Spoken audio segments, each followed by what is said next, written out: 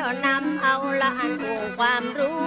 ไปสอนหมู่ยิ่งใจผู้คนศาสนาบ่มีมืดมนเพราะพระสงฆ์บำเพ็ญตนนำต่างจี้บอกศาสนาจะสุดซ้อยทันทีและถ้าหากบ่มีละตุเจ้าตาบอดศรัทธาก็ตึงบ่ไปลอดตุเจ้าตาบอดบ่หูตีสว่าง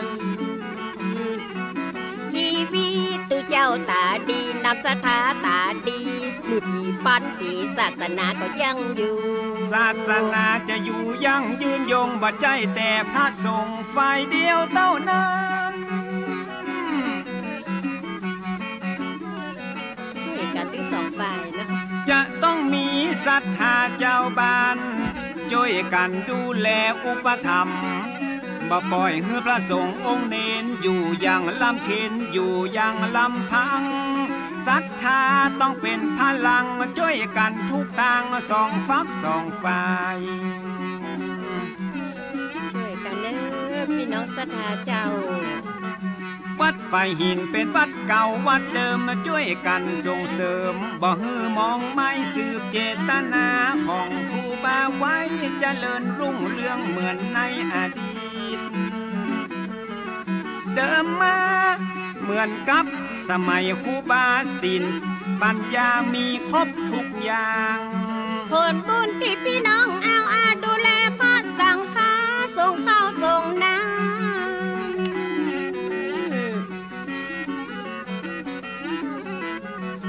อุปถากวัดว่าช่วยกำได้ช่วยกันดูแลศาสนาคือผลบุญละมาตอบสนองมีเงินมีทองทรัพย์สินนาคือกาดแก้วจากโลกโลคาอย่าภัยยาเลวร้ายต่างๆ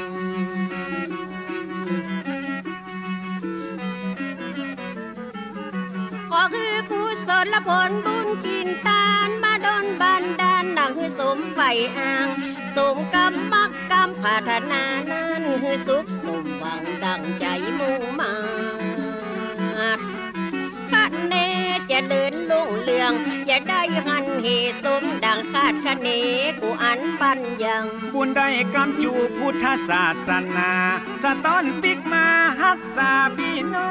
งสุขสบายเหมือนกันทุกคนนะเจ้าป้ออยู่ป้อกินก็ป้อห่มป้อยองอย่าได้คัดข้องอย่าได้คัดสนจะหิขอฮือปันมาจะหาฮือปันได้ดันโดนอย่าเจ๊งอย่าเจ็บอย่าจนอย่าได้กังวลพ้นจากทุกโศก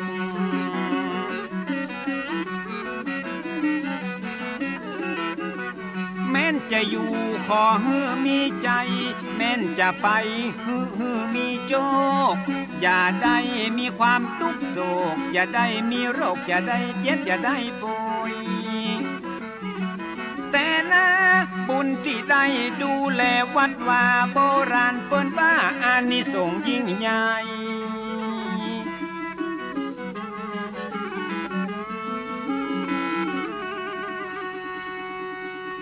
ว่า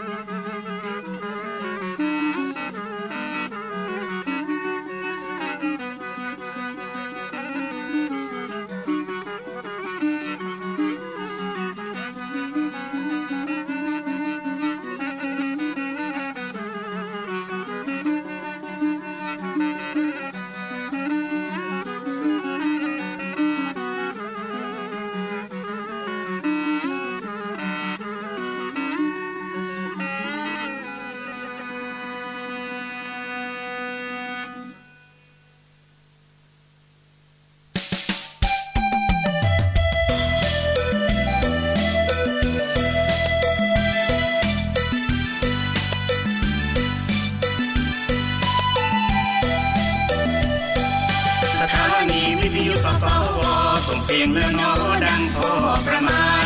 FM104.5 กลางวันFM104.5 กลางวันขอเชิญทุกท่านฟังรายการดีอันวัดไฟอำเภอเมืองเชียงใหม่รุ่งเรืองปุ่มเปื่องแสงสี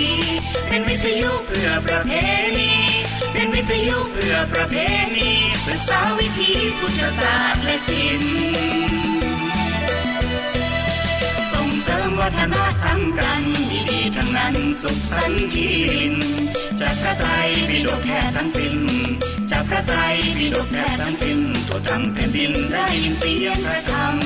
ออกอากาศไกลๆทั่วโลกดับทุกข์ดับโศกให้โชคเลิศล้ำอันอินเทอร์เน็ตเว็บไซต์ประจำอันอินเทอร์เน็ตเว็บไซต์ประจำไปเลือดอ้อมรำสวยประชาสถานีของเราชาวพุทธแสนบริสุทธิ์พุทธพรหมวาจาไม่พูดเรื่องการเมืองนาไม่พูดเรื่องการเมืองนาพุทธศาสนามัชฌิมาธรรม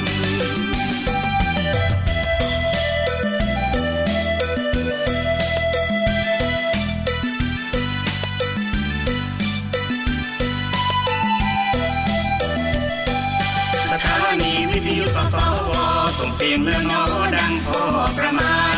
FM104.5 กลางวันFM104.5 กลางวันขอเชิญทุกท่านฟังรายการดีอันวัดไฟอำเภอเมืองเชียงใหม่รุ่งเรืองปุ่มเปื่องแสงสีเป็นวิทยุเพื่อประเพณีเป็นวิทยุเพื่อประเพณีศึกษาวิถีพุทธศาสตร์และศิลป์ส่งเสริมวัฒนธรรมกันดีๆทั้งนั้นสุขสันต์ชีวินจากพระไตรปิฎกแท้ทั้งสิ้นจากพระไตรปิฎกแท้ทั้งสิ้นทั่วทั้งแผ่นดินได้ยินเสียงพระธรรมออกอากาศไกลๆทั่วโลกดับทุกข์ดับโศกให้โชคเลิศล้ำอันอินเทอร์เน็ตเว็บไซต์ประจำอันอินเทอร์เน็ตเว็บไซต์ประจำไปเลือดอ้อมรำสวยประชาสถานีของเราชาวพุทธแสนบริสุทธิ์พุทธพรหมวาจาไม่พูดเรื่องการเมืองนาไม่พูดเรื่องการเมืองนาพุทธศาสนามัชฌิมาธรรม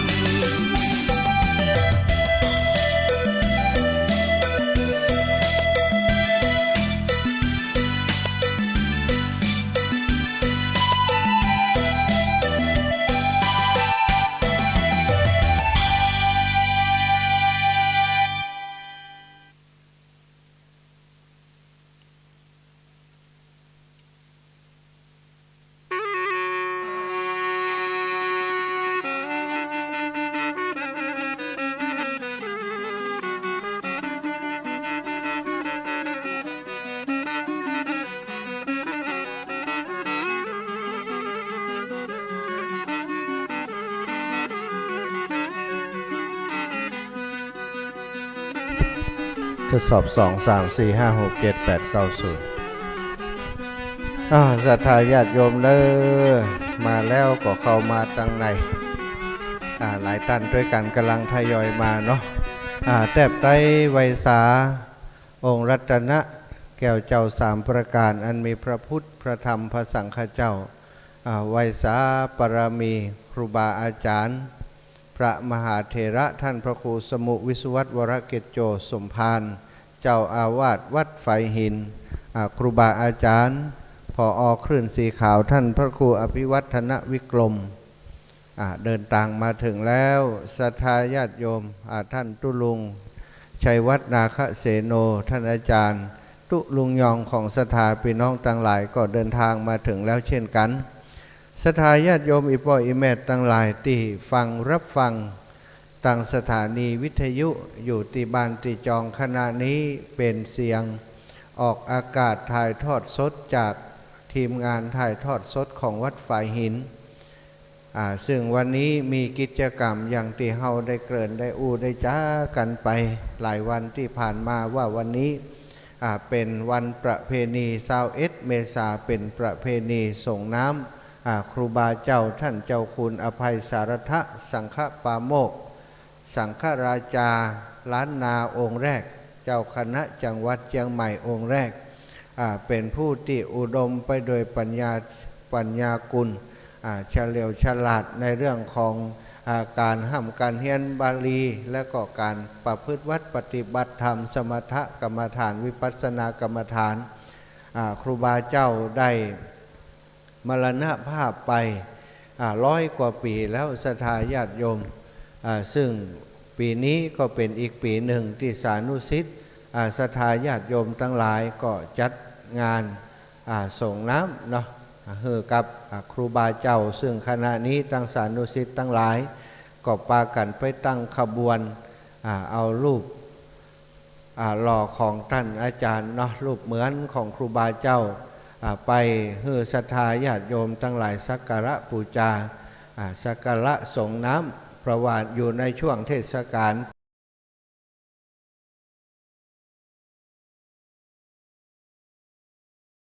ศรัทธาอีพ่ออีแม่ทั้งหลาย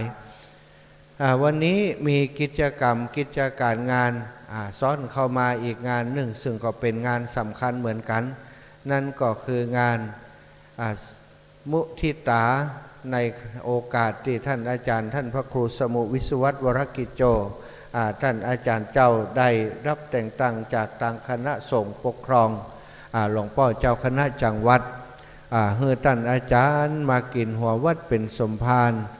เจ้าอาวาสที่วัดฝ่ายหินที่นี่จริงๆแล้วท่านอาจารย์ก็ได้ปฏิบัติหน้าที่ดูแลวัดฝ่ายหินมาเมื่อนานสถานในฐานะรักษาการในฐานะรองเจ้าอาวาสและในฐานะรักษาการเจ้าอาวาสวัดฝ่ายหินเนื่องจากครูบาอาจารย์ซึ่งเป็นเจ้าอาวาสท่านอาจารย์หลวงพ่อสวัยท่านเป็นพระนักจาริกแสวงบุญได้ไปศึกษาห้ามเฮียนได้ไปแสวงบุญในพื้นที่ต่างๆแดนพุทธภูมิก็มีไปตังยุโรปอังกฤษอเมริกาเดินต่างบ่อยก็มักจะวางภาระให้กับท่านอาจารย์ท่านพระครูสมุวิสุวัตวรกิจโจได้ดูแลกิจการงานของวัดของวามาโดยตลอดซึ่งก็ต่อมาท่านอาจารย์สมภารเจ้าวัดองค์ก่อนท่านหลวงพ่อสวัยก็ได้ลาออกจากการเป็นเจ้าอาวาสขอฮือตังคณะสงฆ์แต่งตั้งท่านอาจารย์พระครูสมุวิสุวัตซึ่งเป็นลูกศิษย์ลูกหาของหลวงพ่อขึ้นมาดำรงตำแหน่งเป็นเจ้าอาวาสแทนท่านแต่ตั้งการก็ยึกยักอยู่เมินละเพราะว่าอยากจะให้หลวงพ่อยังต้องปฏิบัติหน้าที่อยู่แต่สุดท้ายครูบาอาจารย์เปิ้นก็อยากจะให้ลูกศิษย์ลูกหามาบริหารงานแทนเปิ้นจะได้สะดวกในการจาริกแสวงบุญศึกษาห้ามเฮียนเพราะเปิ้นเป็นผู้มีความสนใจใฝ่ในการห้ามการเฮียน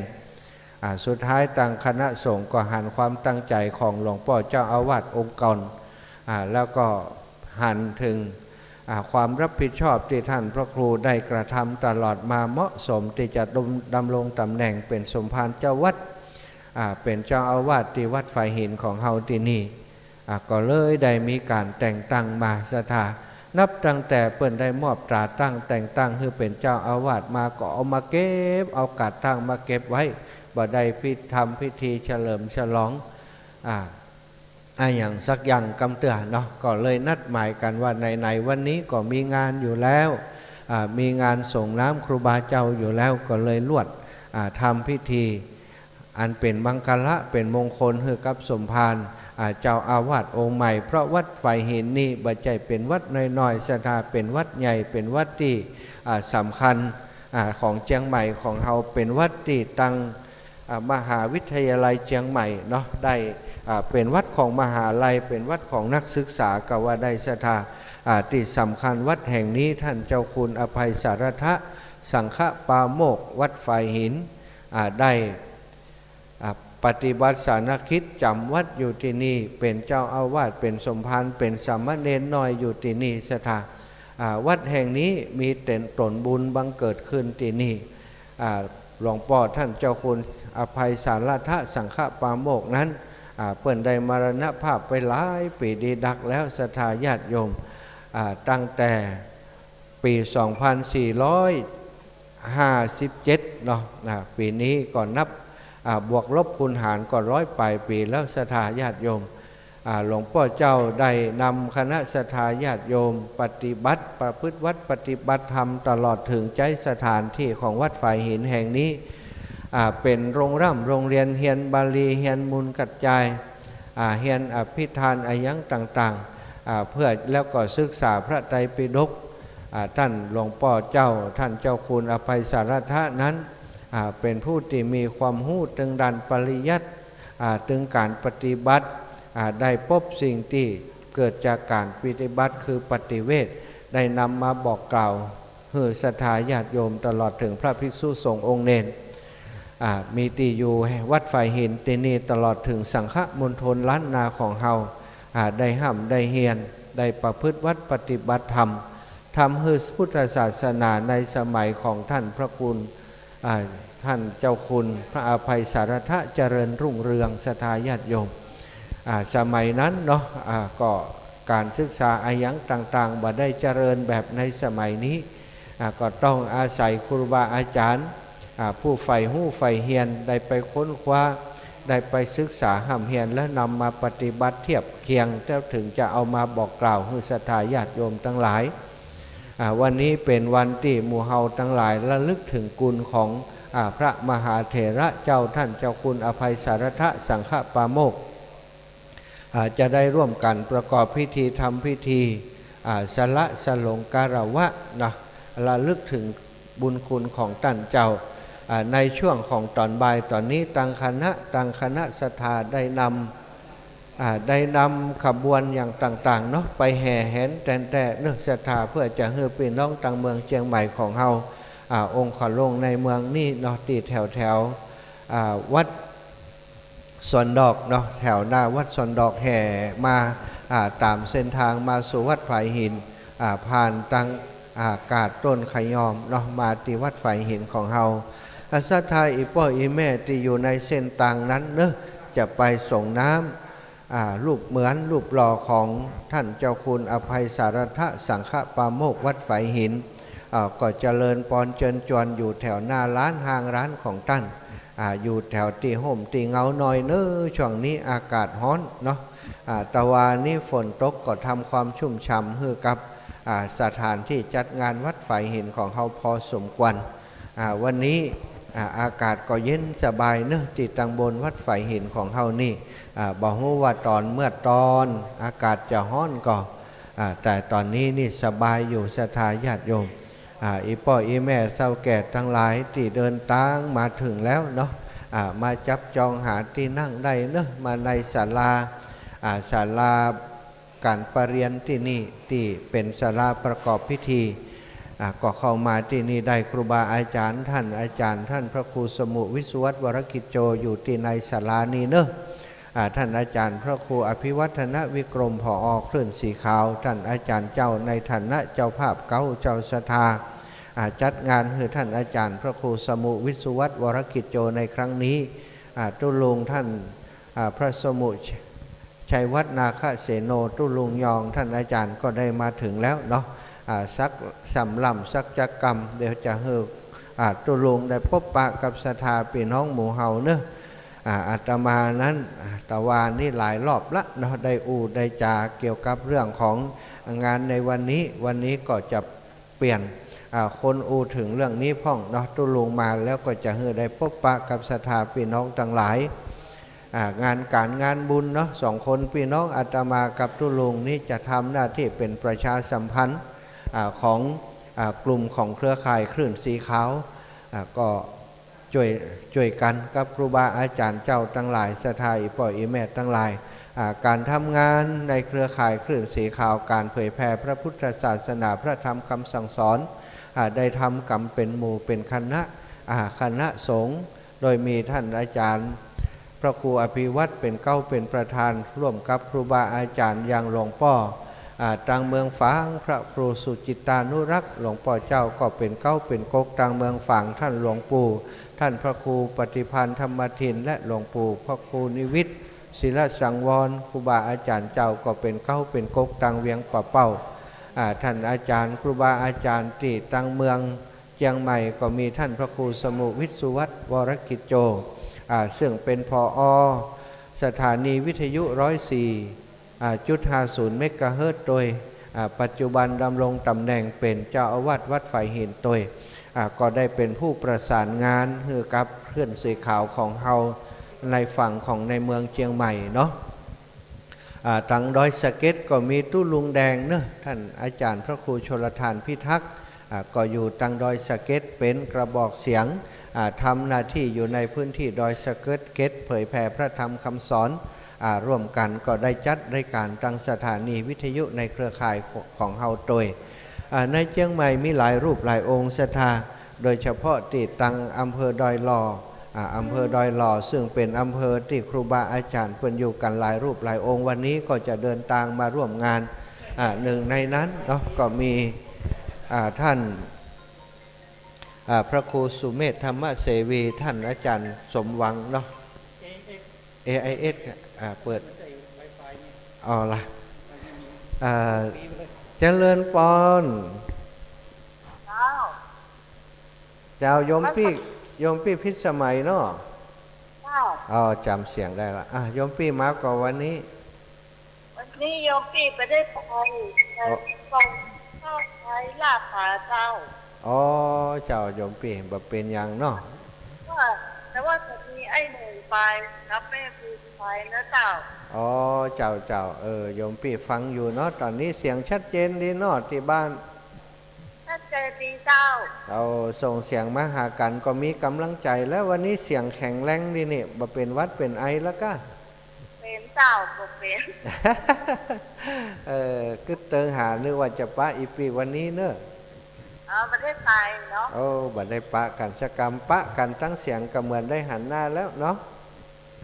เจ้าหลายท่านหลายคนก็บ่ได้มาติดการติดงานก็บ่เป็นอย่างทรงใจมาคือครูบาอาจารย์วันอื่นก็มาหากันได้โยมพี่เจ้าสัตตุเนอสัตตุบุญรักษาอยู่ดีมีสุขปีใหม่นี้ขอบคุณเจ้าเจริญปอนโยมพี่พิชมัยนสุริโยดอนก็เป็นเจ้าของรายการธรรมะใครเครียดตั้งสถานีวิทยุวัดไฟหินของเฮาซึ่งก็ออกอากาศทุกวันเสาร์อาทิตย์เนาะเวลา2 ทุ่มเป็นต้นไป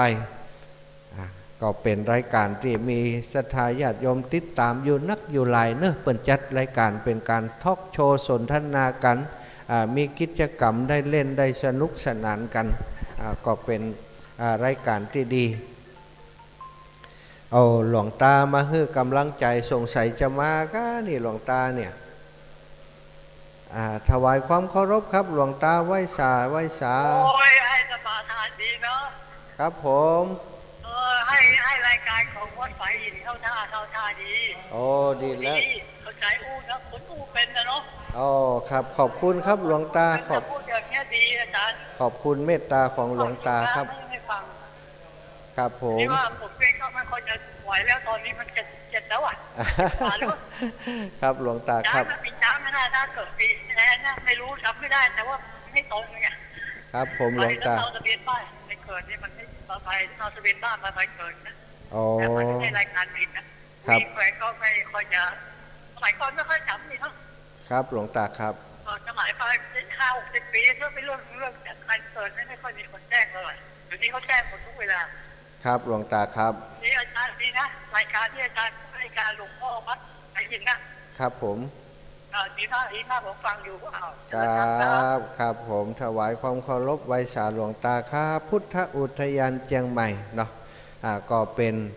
ผู้ที่คอยให้กำลังใจครูบาอาจารย์ที่เปิ่นจัดรายการอยู่ตลอดสถายปล่อยแม่เป็นน้องตังเชียงใหม่ของเฮาเนออูเอิญเจิญจวนไปถึงท่านตั้งหลายวันนี้เนาะมีหลายกิจกรรมที่ท่านมาแล้วก็จะได้ร่วมทำด้วยกันได้เกิดบุญเกิดกุศลเกิดมังคละคือกับตัวตนของเฮาวัดวาศาสนาศรัทธาญาติโยมได้พัฒนามาโดยตลอดก็ต้องอาศัยครูบาสังฆะที่ก่อนเก่าเดิมทีนั้นเปิ่นปายะปาธรรมสมัยก่อนนั้นการทำการเฮียนนี่ลำบากเนื่องศรัทธาอีปล่อยแม่ตั้งหลายการปกครองก็เหมือนกันพระสงฆ์ในสมัยนั้นกระจัดกระจายกันอยู่บ่ได้เหมือนอยู่ในสมัยปัจจุบันนี้ปัจจุบันนี้ก็ได้อาศัยแบบเบ้ามาจากครูบาอาจารย์แต่ก่อนเก่าซึ่งหนึ่งในนั้นที่ บ่อู้บ่เอ่ยถึงคงบ่ได้เพราะว่าเป็นสังฆราชาองค์แรกของจังหวัดเชียงใหม่ของเฮาสังฆราชาองค์แรกแล้วก็เป็นเจ้าคณะจังหวัดองค์ที่1เนาะของเมืองเชียงใหม่ของเฮาเกียรติคุณกระจรกระจายไปในเรื่องการต่อสู้ในเรื่องของการปกครองคณะสงฆ์ในสมัยนั้นก็มีกรณีพิพาทหลายอย่างหลายประการสถาบางทีก็มีลัทธิใหม่หรือว่าบางทีก็มีการปฏิบัติแบบใหม่แบบเบ้าที่คนเจ้าล้านนายังบักเกยหู้บักเกยหันกำเตือเข้ามาในพื้นที่ทำให้คนทั้งหลายเกิดความสับสนบ่เข้าใจตอนนั้นก็จะละจะสวะพระสงฆ์ที่มีโยเดิมเนี่ยไปเอาเหตุเอาหอยใหม่สมัยนั้นเป็นเรื่องใหม่อยู่โอ้ท่านเจ้าคุณหลวงพ่อเจ้าของเฮาก็ได้ต่อสู้ทำความเข้าใจศรัทธาญาติโยมว่าใหม่ก็ดีแต่เก่าก็บักควรจะละเก่านี้ก็เป็นสิ่งที่เจ้าล้านนาของเฮาได้นับถือปฏิบัติกันมาเมินนานได้ต่อสู้จนทำให้เรื่องราวความขัดแย้งในสมัยนั้นสงบลงศรัทธามีการต่อสู้เชิงความคิดมีการต่อสู้เชิงการปฏิบัติอยู่หลายเรื่องหลายราวที่เป็นปัญหาถ้าในสมัยนั้นเนาะถ้าเป็นณวันนี้ในสมัยนั้นก็คงเกิดความวุ่นวายในสังฆมณฑลหลายอย่างแต่หลวงพ่อท่านก็ปาคณะสงฆ์สังฆมณฑลล้านนาของเฮาฟันฝ่าอุปสรรคนั้นมาได้จนถึงทำให้ศาสนาในตอนนั้นการกุนรุ่งเรืองในเมืองล้านนาของเฮาจนมาถึงปัจจุบันเจริญปอนครับธรรมะครับพระอาจารย์ครับนี่เสียงปวินเวียงป่าเป้าเนาะครับฟังอยู่เด้อฟังอยู่บ่ได้มาเนาะวันนี้เนาะมาก่อนนี่ครับได้ไปครับมันอันนี้อาจารย์มันอ่อนไปครับ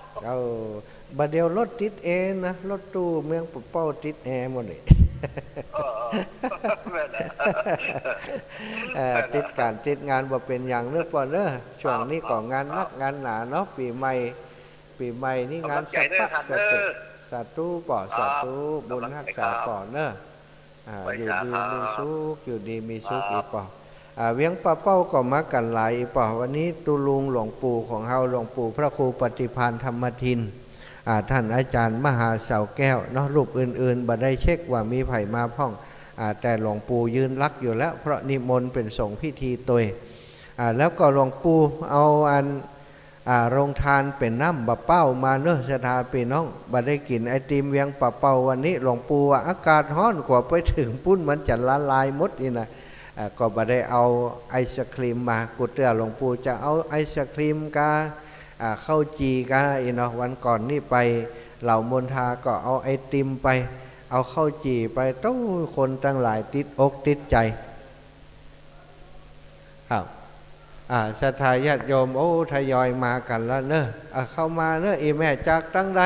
พี่น้องลำปางเหียละก้าแม่นนะลำปางมาก่อนเชียงใหม่แล้วลำปางมาก่อนเชียงใหม่แล้วด้วยเข้ามาตั้งในเนอะมากราบสาไหว้พระตั้งในเพื่อก่อนแม่มาไหว้พระไหว้กันครูบาเจ้าตั้งในเนอะ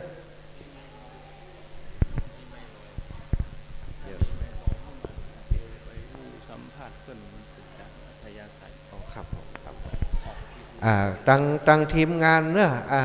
ขอดูเรื่องไม้ลอยกันท่านอาจารย์ทีมงานถ่ายทอดสดเนอะขอพอไม้ลอยเช็คไม้ลอยคือกรรมเนอะ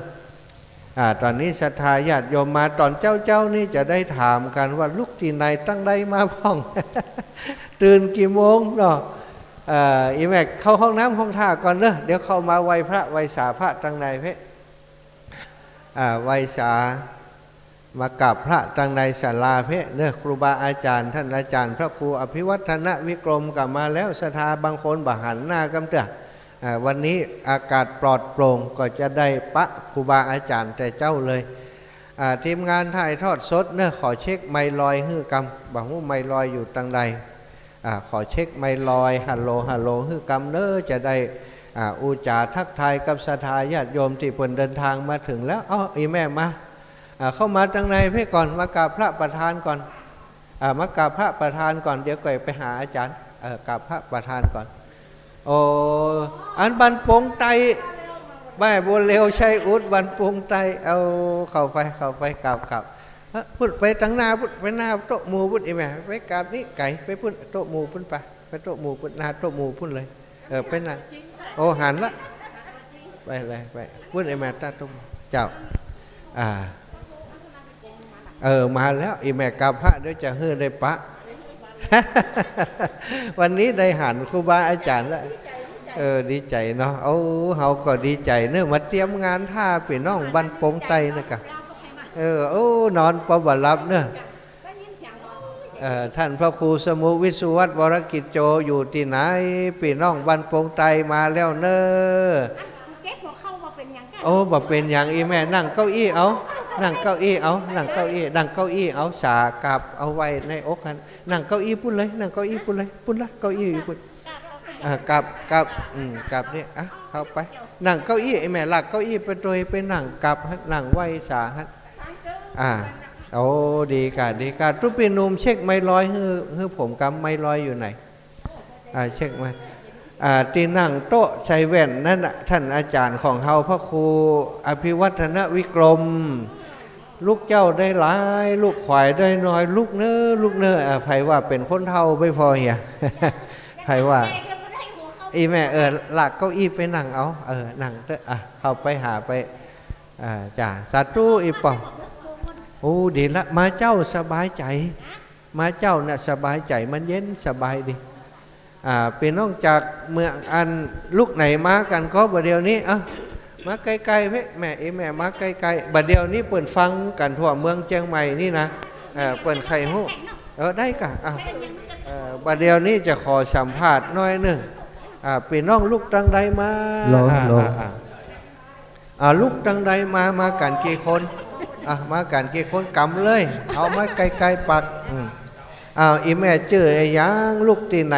มากันกี่คนเอาอู้ได้เลยมากันสองแล้วเอาเข้าปากนี้เอาใกล้ๆแม่ชื่ออย่างก่อนเขาก็บ่ได้ยินใส่ได้ยินนะก็ออกอากาศไปลำปางอู้ไปกันมาเคยอู้ไหมแม่มาเคยอู้ไหมจำเตียนก็อู้เหี่ยววันนี้กันก็บ่ฮู้ว่าจะได้เนาะแม่ใจดีในเนื้อในมาถึงที่นะอีแม่ชื่อหยังแม่ชื่อบ่เลวใช้อูดแม่บ่เลวใช้อูดคนบ้านไหนคนบ้านปงไตบ้านปงไตนี่บ้านปงไตนี่บ้านครูบาอันนี้กันท่านพระครูสมุวิสุวัตเนาะเจ้าบอกก่อนเป็นห้องชื่อหยังบ้านเฮาอันสมเด็จพระสมเด็จเจ้าสมเด็จก็ว่าสมเด็จเนาะเจ้าตอนน้อยๆห้องว่าหยังวิสุวัตน้อยๆจื่อวิสุวัตกะมันตอนนี้วิสุวัตแล้วตอนน้อยๆน้อยสมเด็จอีนะมีชื่อเล่นกะบ่มีนะอันแล้วท่านอาจารย์เป็นยังก็จะถามนี่นะอันนี้เป็นญาติพี่น้องเปิ้นเนาะเจ้าเป็นญาติบ้านไกลกันท่านกะบ้านเดียวกันเนาะเอาเปลี่ยนคนนั้นฝั่งเราอันนี้กว่าไม้แกเอาไม้เป็ดลังงังเปิ้นฮะกันเอาจะสัมภาษณ์เล็กน้อยกะอยู่คนบ้านเดียวกันนี่สำคัญนะอย่าบอกเถอะเจ้าอยู่บนปงไตเจ้าชื่อหยังช้อนชมพูแก้วเจ้าเอานั่นออกเหก่อนมันอุดเอาออกเหกำแม่ช้อนชมพูแก้วบ้านปงไตเจ้าบ้านปงไตวันนี้ขออนุญาตสัมภาษณ์สดเนอะสัมภาษณ์สดเอาคนนั้นอุดแทนจะสัมภาษณ์คนนั้นเนาะบักก่อนนี่ท่านอาจารย์เปิ่นอยู่ตีอันบ้านปงไตนี่อายุจะรุ่นเดียวครับอีแม่ก็ว่าแกเปิ่นนุ่มกว่าโลเปิ่นนุ่มเจ้าเปิ่นนุ่มกว่าเนาะได้หันเปิ่นย้ำน้อยอยู่เนาะย้ำน้อยเปิ่นลึกก็ลึกดีตลอดมาแล้วอีละอันนี้คนจัดดอกตะวาเนอะมาแล้วอาจารย์อยู่ตั้งไหนอีละเข้ามาก่อนเนาะขอบคุณขอบคุณอีแม่เนาะขอบคุณอีแม่ที่อันแม่ว่าจะไข่ดำหัวกับดำก่อนเลยไข่ดำหัวกะว่าเจ้านี่กะเอาย้ำมีคนบะมีนี่ไงตุลุงอยู่ตั้งใดตุลุงอันขั้นรายการคือกำขออันตอนรับศรัทธากำเนิดตุลุงท่านอาจารย์ชัยวัฒนาคเสโนตุลุงยองขอเมตตากำเตะลบไปลบมาเข้าห้องน้ำเป็นชั่วโมงพุ่นอ่ะ หมอบเว้นประเคนไม้ให้ตุลุงเนื้อตักตายศรัทธาญาติโยมเดี๋ยวผมขอไปหาศรัทธากรรมครับถวายไม้เลยครับ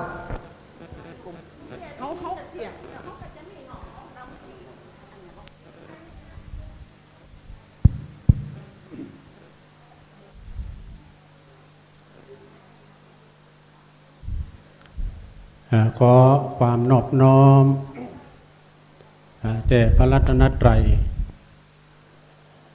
เจริญพรกับศรัทธาสาธุชนญาติโยมเดี๋ยวออกมาใกล้หน่อยขอไว้สาบารมีธรรมอาจารย์พระครูสมุวิสุวัตรวรกิจโจท่านเจ้าวาดแล้วก็ท่านผู้อำนวยการสถานีวิทยุไฟหินโดยแล้วก็ขอแสดงความนับถือครูบาอาจารย์ทุกตนทุกองค์เจริญพรกับศรัทธาสาธุชนญาติโยมอันนี้พี่น้องดังใด พี่น้องลำปางมากันหลายพูดในศาลาบุญเจ้าหมู่เจ้าฝูงไม่จัดหลายนะปงใต้กันเนาะแต่กี้ปงใต้เนาะพี่น้องลำปางมากันจัดหลายพูดท่านมาหาอยู่ในพูดพูดดำหัวพูดอ่ะ ไปทางหน้าทางในศาลาพูดมากันกี่โมงไหมออกมาจัดเจ้าเหมือนเนาะโอ้มากันหลายเป็นเช้าไป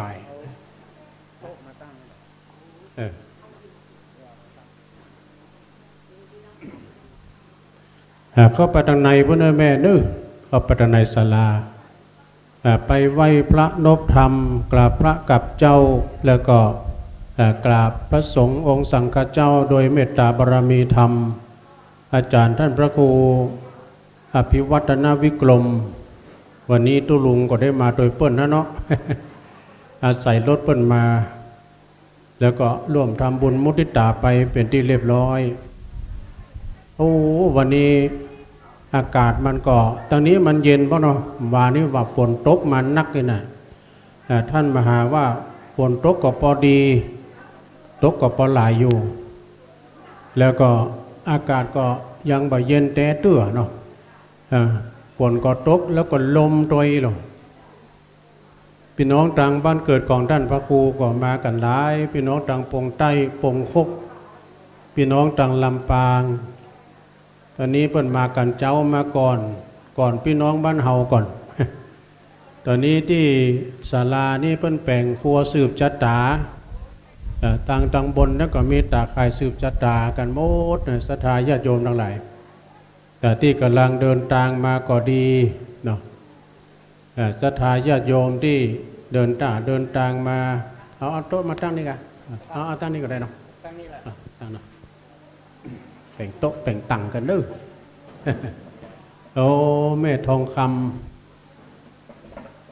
เดี๋ยวเอาบาทมาสักแก่ขอบคุณอันนี้มาตามนี่ครับ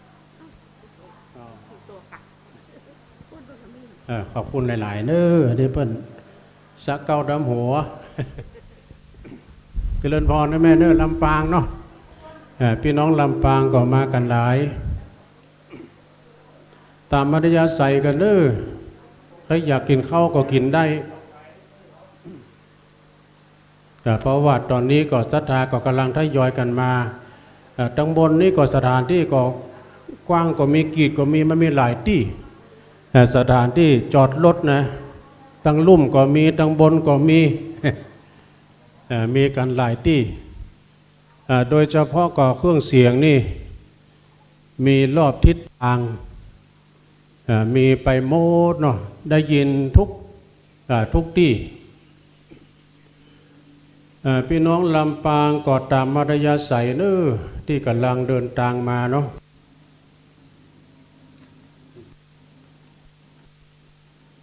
กินข้าวกันละ กันเช็ค1 2 3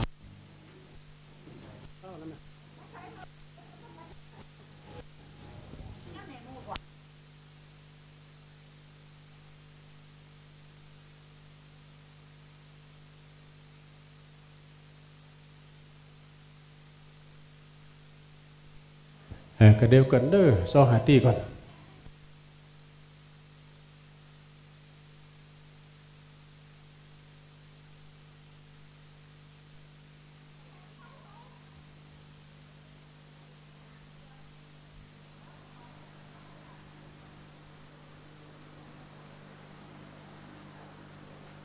สำหรับพี่น้องที่จะใส่คานศีลคานสุมาเด้อที่หน้ามุกศาลาพี่เด้อตั้งหน้ามุกศาลาตั้งงานระเบียงศาลาเนาะหน้ามุกว่าจะบอกหูกันเนาะ ฮะที่นี่ลานนี่มันกว้างที่เราสืบชะตา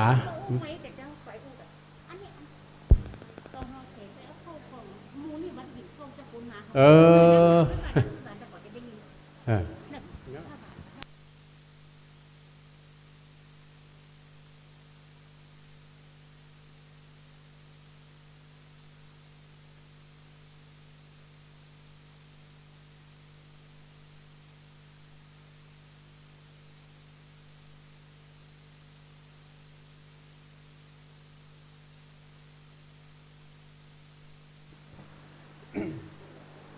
สำหรับทุกพี่หนุ่มมีดังใดมาตอนนี้กรรมก็ได้เนอะ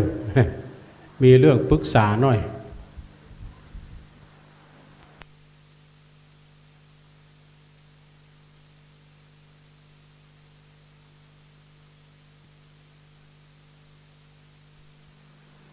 พี่น้องต่างลำปางมาตั้งแต่6 โมงมาเจ้า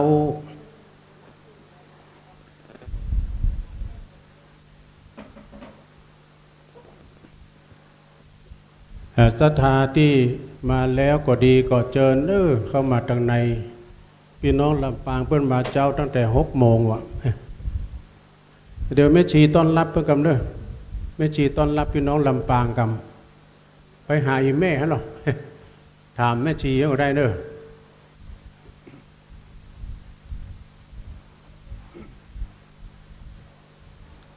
ซึ่งวันนี้นี่พี่น้องศรัทธาญาติโยม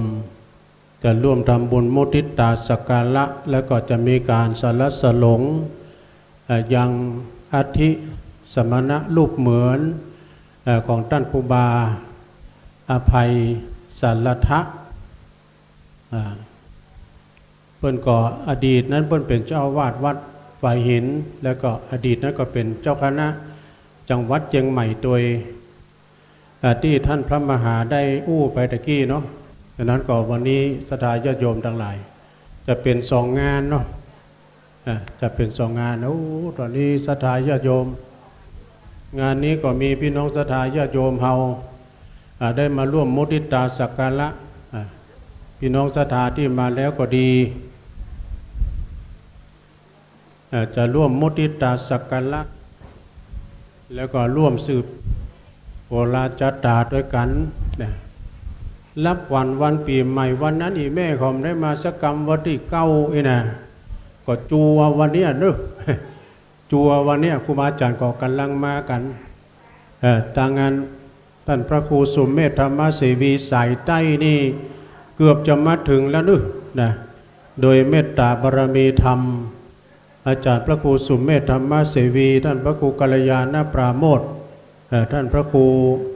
สัทธิสารคุณเขาจะเปิ้นจะมากัน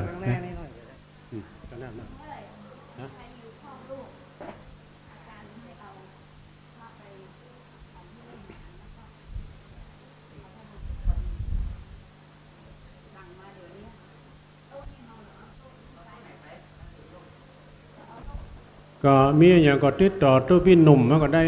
ศรัทธาทุกพี่หนุ่มนี่ก็แม่งานใหญ่แต่ท่าน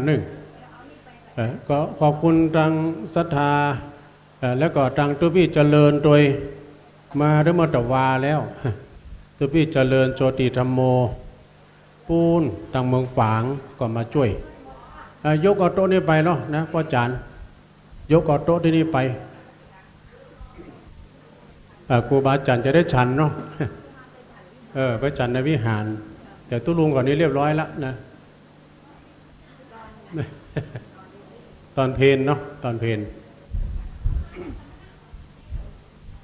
ในวันนี้พี่น้องศรัทธาตั้ง ลำปางเพิ่นมาเจ้ามาก่อนตั้งแต่6 โมงมาแล้วนะ เดินทางมาถึงเจ้าเนาะ8 โมงปลายก็มาถึงก็เวลาเจ้าเพราะฉะนั้นก็วันนี้นี่โดยเฉพาะก็ต่างลำปาง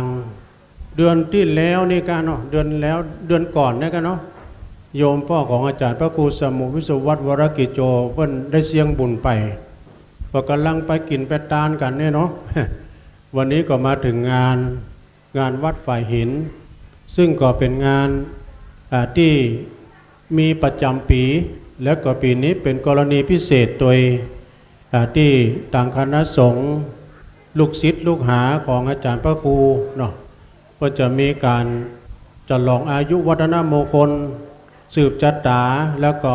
เพิ่นได้รับตำแหน่งเป็นเจ้าอาวาสเนาะฉลองการตั้งเจ้าอาวาสโดยในเมตตาธรรมอาจารย์พระครูสมุวิสุวัฒน์วรกิจโจอาจารย์พระครูนั้นเพิ่นก็มีสถานีวิทยุเนาะมีห้องส่งก็ห้องส่งใหม่แล้วก็เพิ่นก็ใจใส่ตั้งอยู่เบื้องหลัง อยู่เบื้องหลังการจัดสถานีวิทยุจัดสรรว่าเปิ้นเชื่อมสัญญาณถ้าว่ามีเปิ้นนี่เขาก็ดื่มหู้จักกันนะถ้าว่าเป็นไปแล้วก็เป็นแม่ข่ายใหญ่กันแล้วเนาะที่ส่งกระแสเสียงไปตั้งหลายที่หลายทางเนาะไปตั้งเมืองฝางกันเนี่ยเอาไปเลยไหมเอาไปช่วยกันยกกำกันเนาะช่วยกันยกถาดยกโต๊ะยกอันนี้ไปกำเดี๋ยวช่วยกันยกกำไม่ชีไปละอ่อนคำมายกเนาะช่วยกันยกไปในวิหารเพราะว่าเขาจะจัดเพลในวิหารนะแม่เนาะจัดเพลในวิหารบุญเดี๋ยวขอนุ่มๆกำมาช่วยกันยกโต๊ะกำดื้อมีพี่หนานคนเดียวอยู่นะ ถ้วยหวานจานจ้อนตัวเนี่ยจะได้ยกไปบุญทีแรกจะจัดที่นี่เนาะแต่ว่าประตูตั้งหลังเปิดด้วยแต่พี่น้องลำปางผิดพลาดประกันใดสู่มาอภัยด้วยเนอะวันนี้ มากันนักหลายนะโอ้มากันมากพวงหลงหลาย2 ลำรถตู้โอ้ดีแล้วบุตรกับพระครูบาอาจารย์ก็จะติดตามโดยมาแถมในเมตตาบารมีธรรมหลวงพ่อพระครูหลายตนนะที่เพิ่นจะมาพระครูอุดมหลวงพ่อพระครูอุดมที่เพิ่นเล่าธรรมได้ธรรมมดแรงฟังแล้วม่วนหมดอกม่วนใจแล้วก็ตังพระครูศิริธรรมบัณฑิตผอ.ทางสายลำปางก็จะมากันหลายอยู่เนาะแต่ทางสายเชียงใหม่สายตั้งเวียงป่าเป้าตะกี้ท่านมหาเพิ่นบอกว่านำทีมโดยครูบาดอย ที่เพิ่นจะได้นำศรัทธามาแล้วก็เอาโฮงตาลมาด้วยนะช่วยตุพี่หนุ่มกันเด้อช่วยกันยกโต๊ะกำยกโต๊ะยกต่างลูกเนนก็ได้เนอะลูกเนนช่วยกันยกกำเราจะจัดเพลนในวิหารโต๊ะยังทำหลายตัวอยู่นึกเคลียร์พื้นที่กำมีแถมโต๊ะนึกว่าแม่ชีว่ามีหลายโต๊ะอยู่นะเนาะอันนี้ก็แม่นหมดกัน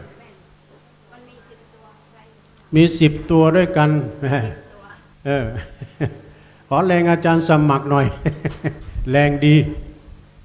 ช่วยกันยกตัวพี่หนุ่มเอาไปพูละ2 ตัวจัดเทรนในวิหารวันนี้ครูบาอาจารย์ก่อนจะนักนะรู้สุดศาลาเนอะที่เพิ่นเป็นประสงค์พิธีนะที่เป็นตีนนั่งขอบคุณพี่น้องที่ร่วมทำบุญมุทิตาสักการะตะกี้ร่วมกันทำบุญไปวันนี้จะมีการสืบโหราจตาจะได้สืบจตาเพื่อเป็นขวัญและกำลังจิตกำลังใจกับท่านพระครูสมุวิสุวัฒน์พร้อมด้วยคณะสัทธาตึงหลวงตึงหลายเนอะที่จะได้สืบจตาด้วยกันเนาะเปิ้นแปลงต้องขอบคุณทางพี่น้องทางเหล่ามนทาทิพย์โดยที่เปิ้นมาแปลงครัวสืบจตานะแล้วก็ตังคณะสัทธาที่เปิ้นมาช่วยกันหลายมื้อหลายวันเอาตังปักตังเจริญตังเหล่ามนทาทิพย์นะก็มากันหลายวันไป แปลงช่วยกันไปกันแปลงที่สืบชะตาเป็นตาดีงามเนาะอันนี้เพื่อนเขียนไม้กำจัดงามเนอะอันนี้นะเป็นสลาทางผู้เนาะทางเหล่ามนทาทิพย์ก็เอามาแปลงครัวสืบชะตาให้กับท่านพระครูเฮาเนาะพี่น้องศรัทธาที่มาแล้วก็เชิญกันเนอะมาการทางเพศนะพัดลมเย็นอกเย็นใจตั้งแต่เมื่ออันฮอดตาลเสาทูวูตั้งเมื่ออันเนี่ยกำลังมาแต่เตื้อเดียวเนี่ยศรัทธาเนาะกำลังมาแต่ครั้งเดียวเพราะว่าบ่มีการมีงานก็ดื่มได้ปะกันแต่ได้ปะท่านพระครูนี่มันกะท่านพระครูกาตุปินหนุ่มกว่ากานี่เปิ้นไปช่วยการช่วยงานเอาทีมงานไปถ่ายทอดนอกสถานที่นะเพราะฉะนั้นก็วันนี้นี่พี่น้องศรัทธาญาติโยมได้เดินทางมาแล้วก็พักผ่อนตามมารยาศัยแล้วอันนี้นะลูกเนนขามเนี่ยเด้อไปในวิหาร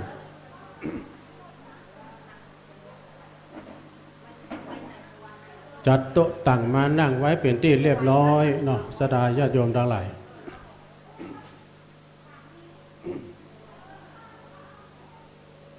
เพราะฉะนั้นก็คณะศรัทธานักศิลป์นักบุญสาธุชนญาติโยมวันตกวันออกของใต้หนเหนือได้กำลังเดินทางมาโอกาสในวันนี้ญาติโยมที่ร่วมทำบุญทำกุศลมุทิตาจิตไปแล้วก็ขออนุโมทนาเด้อพระเนรเพิ่นนักเด้อศรัทธาญาติโยมนะที่วัดฝ่ายหินนี่นะมีตึงพระตึงเนรมีนัก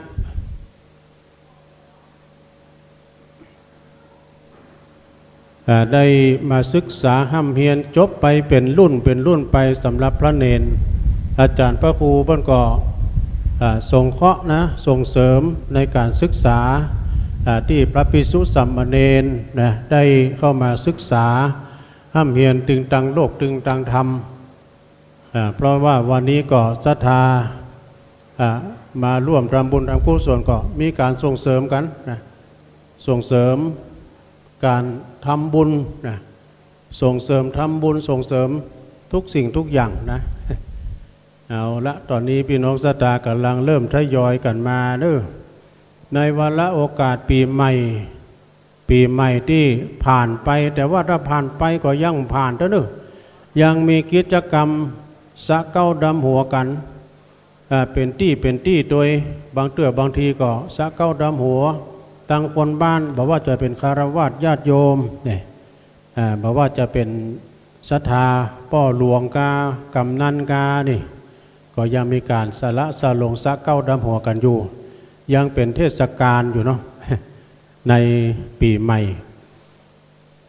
เพราะฉะนั้นก็ศรัทธาวันนี้ก็ถือโอกาสเป็นอันดีซึ่งเป็นวัน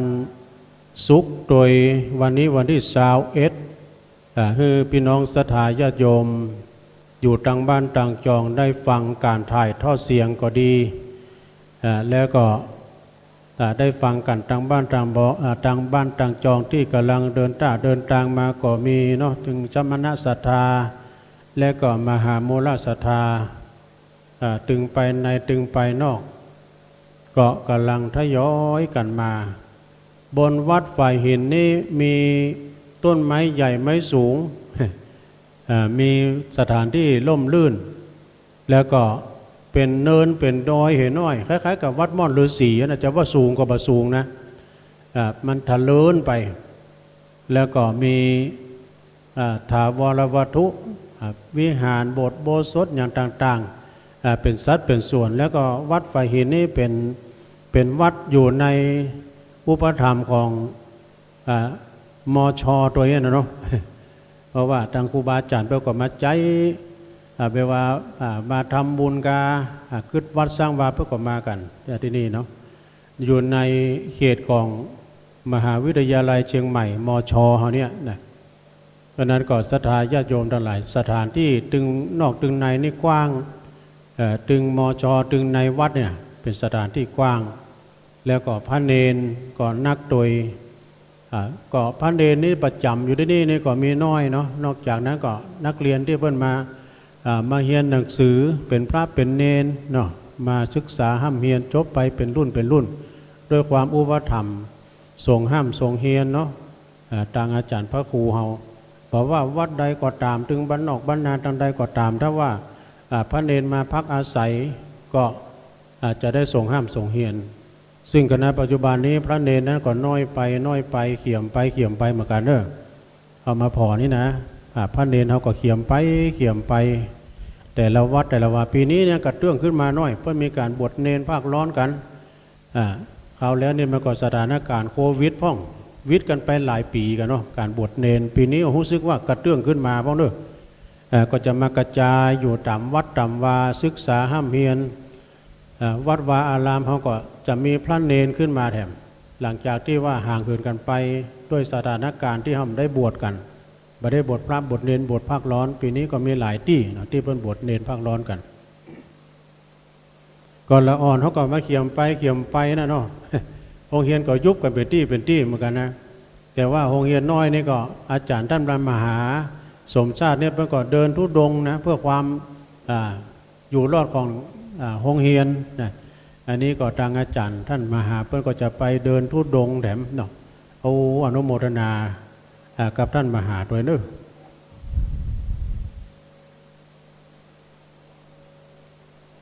พี่น้องศรัทธาตอนนี้ก็กำลังมากันท่านพระครูสมุวิสุวัฒน์วรกิจโจก็กำลังทักทายญาติโยมเนาะทักทายญาติโยมพี่น้องทางลำปางนะก็มาแล้วเจริญพรขอบคุณทางคณะเปิ้นแปลงดอกแปลงดวงคุณโยมนางสาวปานิตาพรหมมินพร้อมกับทีมงานเปิ้นมาแล้วมาแปลงดอกแปลงดวงนะดอกดวงที่กำลังแปลงก็ขออนุโมทนาเนอะความงามประดับความงามเนาะหลายอย่างหลายอันพอไปตังปูนะก็งามประดับประดากุฏิสำหรับรถนี่ตังบนนี่จะกีดขวางจราจรไปหน่อยเด้อ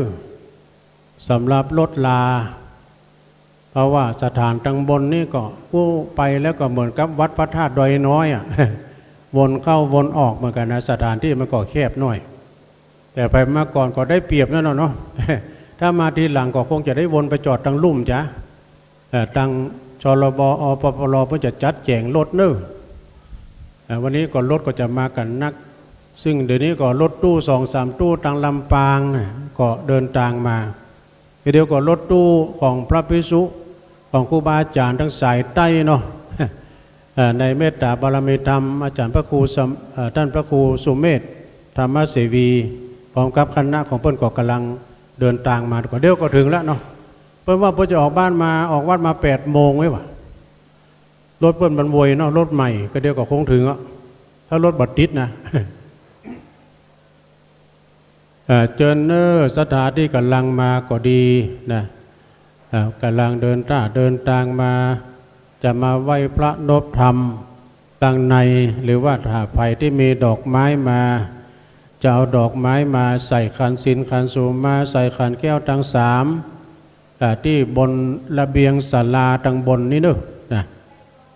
ทางบนระเบียงศาลาทางบนเพราะฉะนั้นก็คณะศรัทธาญาติโยมที่จะเอาใส่ขันดอกไม้ก็เชิญได้ขนาดพระเนนเพิ่นนักนะเพิ่นช่วยกันนะการงานตอนนี้ยังบ่แล้วเด้อดูทุกพี่หนุ่มก็ต้องสังเกตการว่าทางใดพอทางใดถ้าบ่เข้าที่เข้าทางก็จะใจพระเนนเฮานี่พระเนนเพิ่นนักโดยเฉพาะก็ทางทุกพี่เลินเพิ่นก็มาทั้งหมดวาแล้วนะ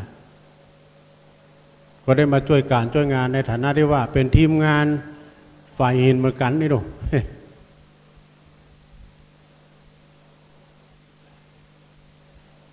ก็เดียวกันเด้อสดาญาติโยมตอนนี้ก็ญาติโยมเปิ้นก็ได้โทรเข้ามานี่เป็นทางใดจ้านี่เอาพระครูสุเมธก้าฮัลโหลลุดไปแล้ว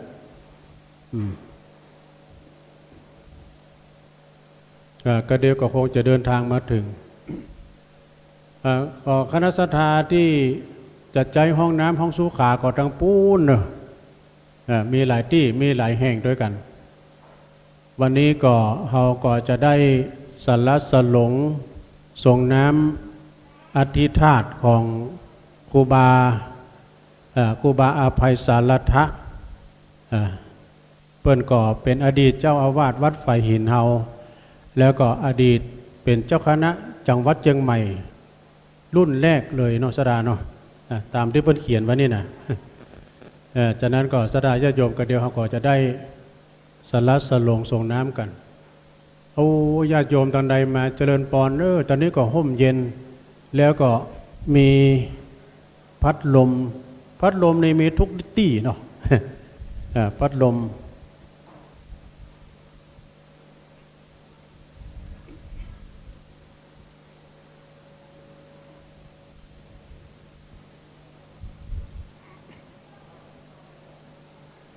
วันนี้กำหนดการก็เวลา9 โม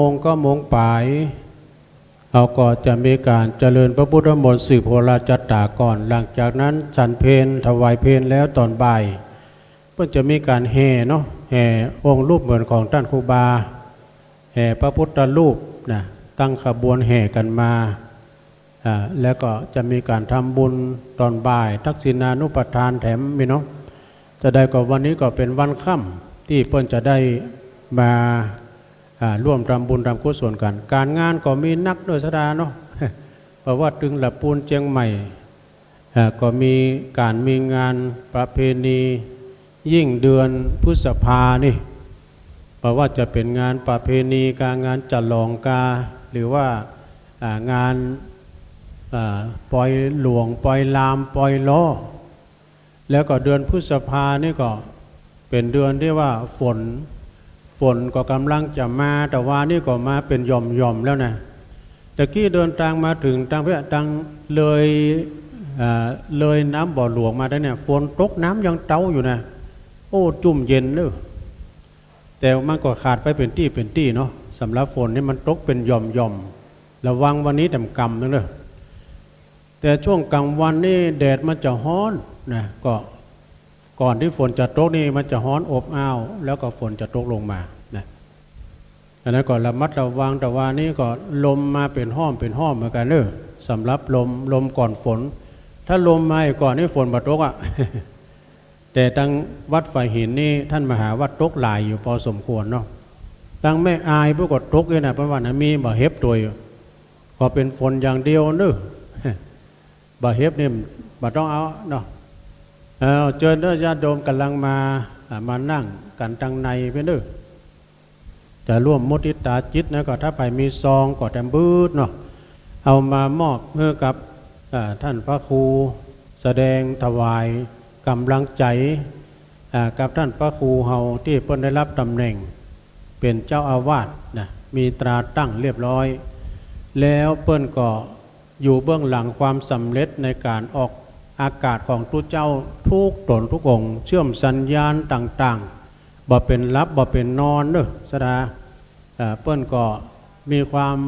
ดูแลตังวิทยุเป็นที่ว่าเอาอกเอาใจศรัทธาคนเฒ่าคนแก่เปิ้นเคยฟังน้ำฟังธรรมกานี่ก็เชื่อมสัญญาณไปก็เกี่ยวสัญญาณไปทางคลื่นสีขาวทางวัดพระธาตุทางวัดปากทางเจริญอย่างตุลุงเขาออกรายการนี่ก็เชื่อมสัญญาณต่อสัญญาณไปที่วัดปากทางเจริญปากทางเจริญก็เป็นหัวจ่ายไปเป็นที่เนาะ แล้วก็วัดไฟหินนี่ถือว่าเป็นแม่ข่ายใหญ่กันแล้วเนาะเสียงดังไปไกลไปถึงปุ้นเจ้าตะกี้ได้ยินเสียงหลวงพ่อกฤษนะหลวงพ่อกฤษนี่เพิ่นอยู่เชียงดาวเพิ่นยังได้ยินนะแล้วก็ทางพ่อหลวงวินเขาอยู่ทางนั้นไหลดอยนางแก้วนะเวียงป่าเป้าบ่รู้ได้ยินอยู่นะแล้วก็มาทางแจ้ห่มแม่ฟองเขานี่แม่ตาในเขานี่ได้รับฟังได้อยู่ตลอด หรือว่าแต่เจ้านี่ฟังท่านพระครูโชลทานพิทักษ์เพื่อก็บอกว่าวันที่29เนี่ยวันเสาร์ที่29เพื่อจะไปพัฒนาเนาะที่ม่อนห้วยม่อนดอยนางแก้วม่อนพระธาตุสีสองเมืองหลังจากเขาเหินห่างเพิ่นไปเมินหลายเดือนเนาะ แล้วก็วันที่29นี่ถือว่าจะไปสักการะปูชานี่นะไปปฏิบัติปัดโปกกวาดเพี้ยวถ้าไผ่มีเครื่องตัดหญ้ากามีผ้ามีจอบมีอย่างไปก็ไปเพี้ยวกันห่อเข้าตอนไปตัววะไปกินข้าวด้วยกันพุ่นเนาะห่อเข้าตอนไปตัวที่พระธาตุศรีสองเมืองในวันที่29นะเปิ่นปรึกษากับครูบาดอยด้วยโอ้ตอนนี้ศรัทธาก็เริ่มทยอยกันมาแล้วเน้อเดินทางมาแล้วตามอัธยาศัยศรัทธาจะมาใส่ขันศีลขันสุมาใส่ขันแก้วทั้ง3ก็เจอเน้อรถแดงก็มาแล้วอันนั้นจ้างฟ้อนก็มาแล้วเน้อทางใดหมูเนาะนี่นะจะฟ้อนเลยก้ามจ้าก้าใส่ทานน้ำจิตน้ำใจแม่เขากำลังมาใส่ขันศีลขันสุมาด้านนี้นะโยมดื้อแล้วก็จะร่วมทำบุญก็ตามแต่ได้ตามแต่เจตนาตะกี้ก็มาร่วมทำบุญกันไปขออนุโมทนาเนอะโชคดีปีใหม่ด้วยหลังจากที่วันนั้นห้อมได้สละสลงส่งน้ำได้สุมาการวะวันที่9แต่วันนี้ที่ตกค้างก็มาสุมาการวะกันวันนี้เนาะ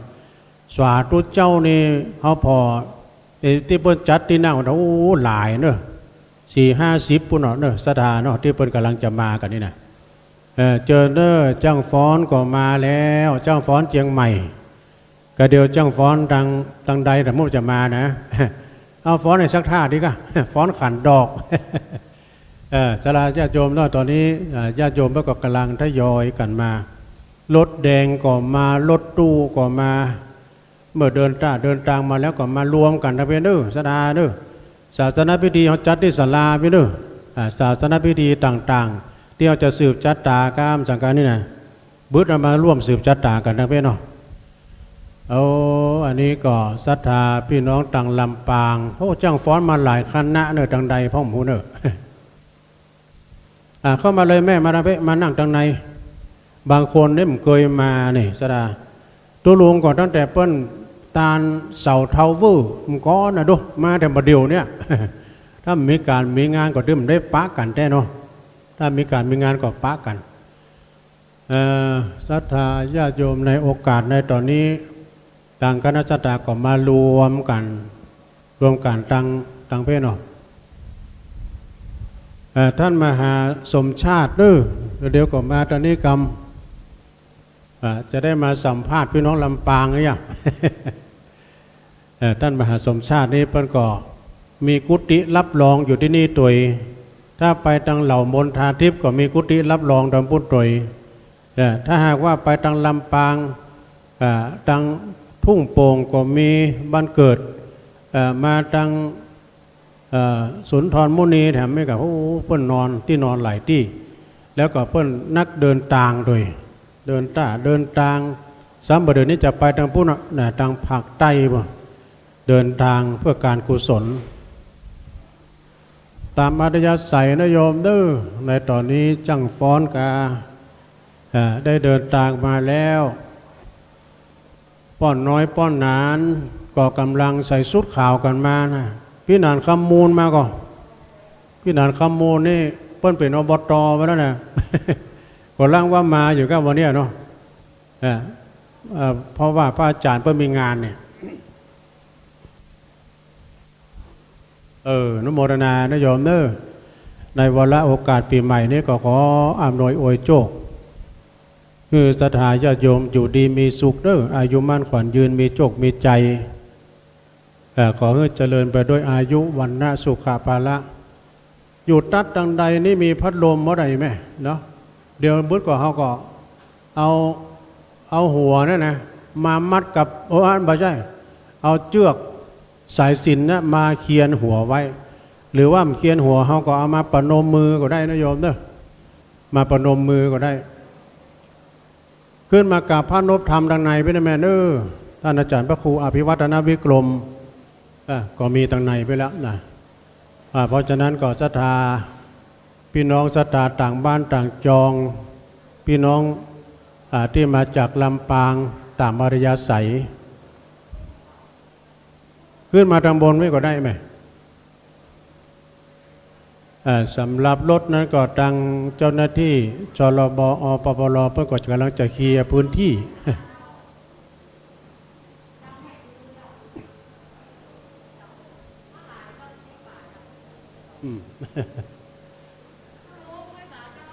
เจริญพรเจริญแม่เขาอยู่บ้านไหนแม่อภัยกะแม่คือดอยสะเก็ดมาแล้ว ก็เดี๋ยวถ้าพระครูเขาจะมาแล้วเนาะพระครูสุเมธธรรมเสวีอันนี้อาจารย์พระครูสมุวิศวัตรประกอบกำลังมีการมีงานอยู่ ท่านมหามณิกรรมโยมต้องการป้าว่าท่านมหาที่มนต์มรณิกรรมด้วยอยู่ทางในนี่ก็เย็น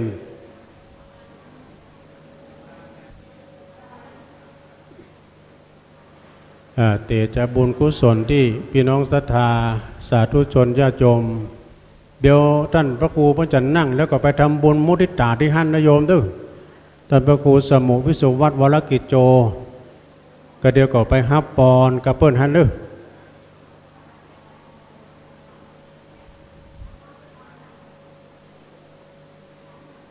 เดี๋ยวท่านมาหามาที่ท่านพระครูสมุนิกรรมเอาไปใส่ขันนะได้แม่เด้อใส่ขันฮะใส่ในพานเนาะใส่ในพาน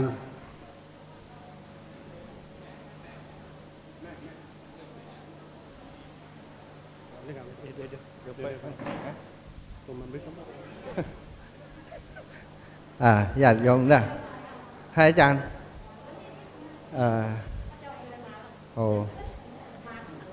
ใช่มาเพศเนอร์สถานไผ่ติจะพี่น้องตั้งสันกำแพงดอยสะเก็ดดอยสะเก็ดเนอะอาจารย์ต้องปั่นป้อนออกอันอากาศด้วยนะมาได้แล้ววันนี้มีไม้แล้วเนอะเอาสถานมาตั้งเพศเนอะอันก็เดียวจะว่าเดี๋ยวจะขออนุญาตอาจารย์นั้นหันนั้นอันนี้ออกไปทางพุทธหันบินหน้าออกไปพุ่นก่อนอาจารย์ครับมันอันสถานจะมาตอนท่านนี่จะมาหลายอยู่เขาช่วยกันยกมาจ้ะกลับหลังหันนะมันต้องอย่างนี้นะประน้ำนี่หันทีเอาใส่ผ้านั่นเลยอีแม่ใครนั่งทั้งหลังก็อยู่หลังพุ่นมานาเพชรลุงขอนี่เห็นตัววังหน้าขึ้น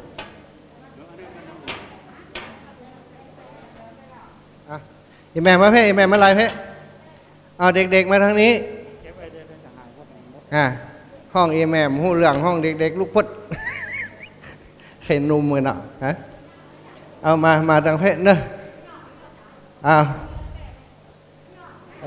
อย่างอีกันนี่วัดตระบันเป่งเรื่องนะหันหลังใช่กันไปได้เรื่องเนี่ยเอาสถานเนอะอีปล่อยแม่ไผ่ที่นั่งปื้นไปได้ก็นั่งบนเพชรเอาสถาเปิ้นจักกะละวะดำหัวท่านอาจารย์มาเจ้ามันได้เปรียบอย่างอีเนอสถาอีปล่อยแม่ทำมาขวายนี่โอ้จะดำหัวกับบัตันเนาะอันนี้เป็นอันกูแฝดกับแม่อันชื่นใจไพวันหน้าเหมือนกันหันคนนี้ก็นึกถึงคนพุ่นแม่ชื่นใจเหมือนขนาดวันนี้เปิ้นบ่ได้มาสักคำเปิ้นอยู่ปางน้ำทุบ่เดียวกับฟังอยู่พวกกันน่ะปางน้ำทุแม่ชื่นใจไพวันเอา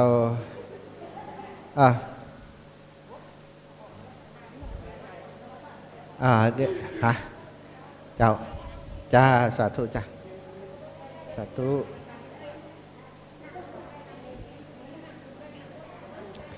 เดี๋ยวก่อนเนอะเคยไว้ก่อนยังไงเขาไม่ได้ถ่ายรูปกันจ้ะน่ะยังไงเดี๋ยวก่อนกะมันมีภาพเปิ่นว่าไปก้าเดี๋ยวให้ท่านมาหาถ่ายภาพไว้ก่อนเต็กหุ่นพอภาพนั้นมูลนะเห็นไหมเอาล้อกันที่จะถ่ายรูปรอพร้อมเดียวกันก็เอาคณะนี้ก่อนเนาะแม่ยกผ่านเอาคณะนี้พร้อมแล้วยังพร้อมแล้วยกเลยยกผ่านวางล้อเพียนอยู่กันเพียนยังมาอันนี้ปีน้องดอยสะเก็ดเนาะ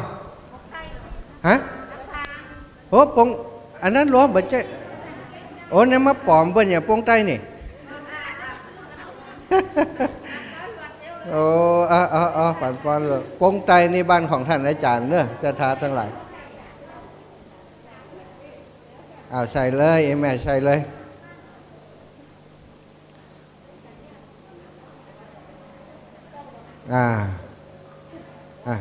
กำลังหั่นตัวจริงอยู่เบื้องหลังแม่ยกเกณฑ์เลยยกเกณฑ์ด้วยกันนับ1นับ2นับ3โหสวะเร็วได้ว่ะ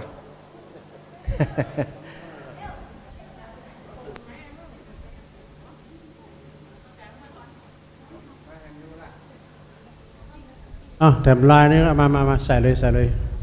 ตั้งอกตั้งใจครับพรท่านพระครูเนอยะถามวาลิวาหาปุลาปันปุเรนติสาคลังเอวะเมวะอิโตตินังเปตานังอุปกปติจิตังปฏิตังตุมหังจิปะเมวะจนิจันโต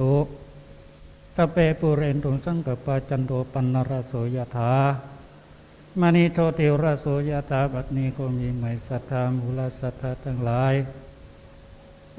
ตั้งจังหวัดลำปางวัดเชียงใหม่ก็มีดอยสะเก็ดและผู้ที่ฟังรายการ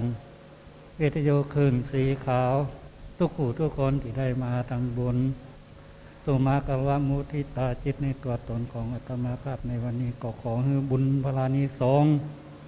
ที่มูลศรัทธาทั้งหลายได้ทำในวันนี้เป็นพลวัตปัจจัยมีความสุขความเจริญปราศจากโรคภัยไข้เจ็บต่างๆนานาทั้งมวลทั้งหลายอย่าได้มาแผ่วพานและก็ของทุกผู้ทุกคนนั้นมีอายุมั่นขวัญยืน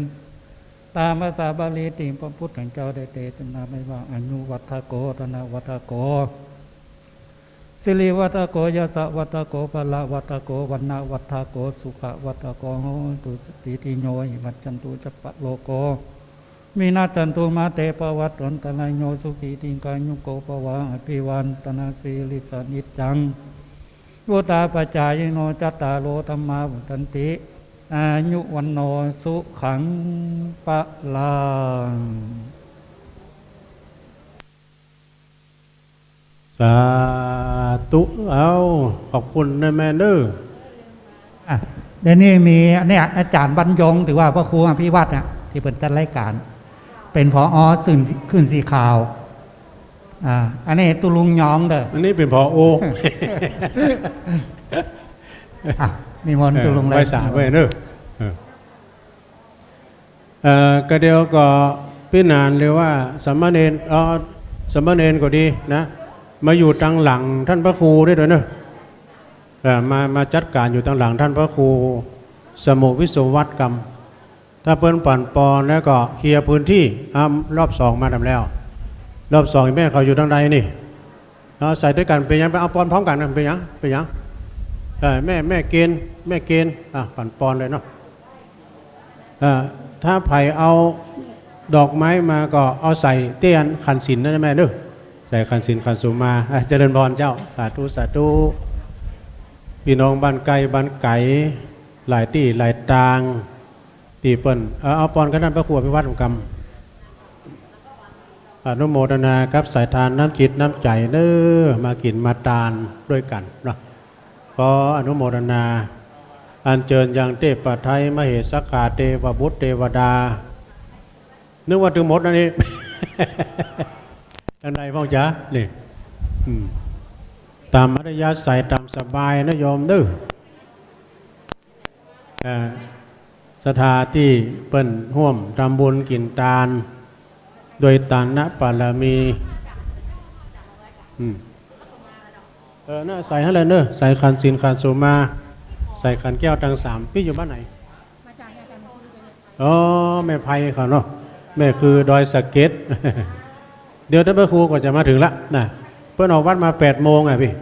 8 โมงเอาชุดต่อไปเข้ามาเจริญพรเจ้าพี่เขียนมาเขียนที่ออกนุโมทนาเนาะสาธุคณะสถาแม่คือเนาะ บ้านแม่คือดอยสะเก็ดนะเนาะสาธุเนาะสาธุจัตตาโลธรรมาวัฏันติอายุวันโนสุขังปะลังสาธุพี่น้องแม่คือนั่นน่ะ นั่นน่ะฟังกันหลายเนาะ โอ้ดีอ่ะยินดีนักๆอ่ะเนาะฟังกุศลกุองเนาะวันนั้นเสียท่ามันปวดไข้หัวไปหน่อยได้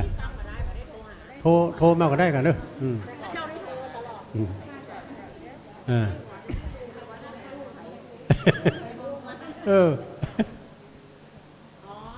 เอา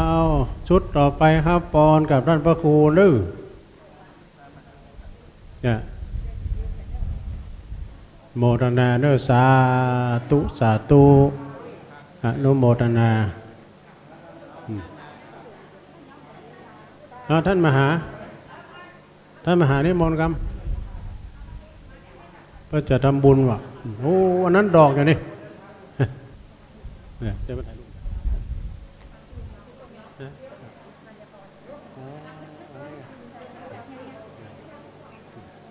ท่านมหาครับเดี๋ยววันนี้มนต์เดี๋ยวประเคนเลยก็จะเดินทุดง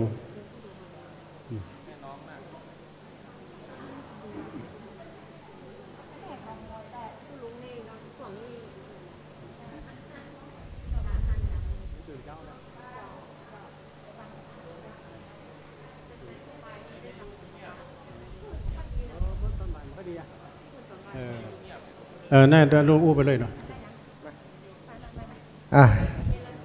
ญาติโยมใครจะมาหามหาสมชาติเนอะมา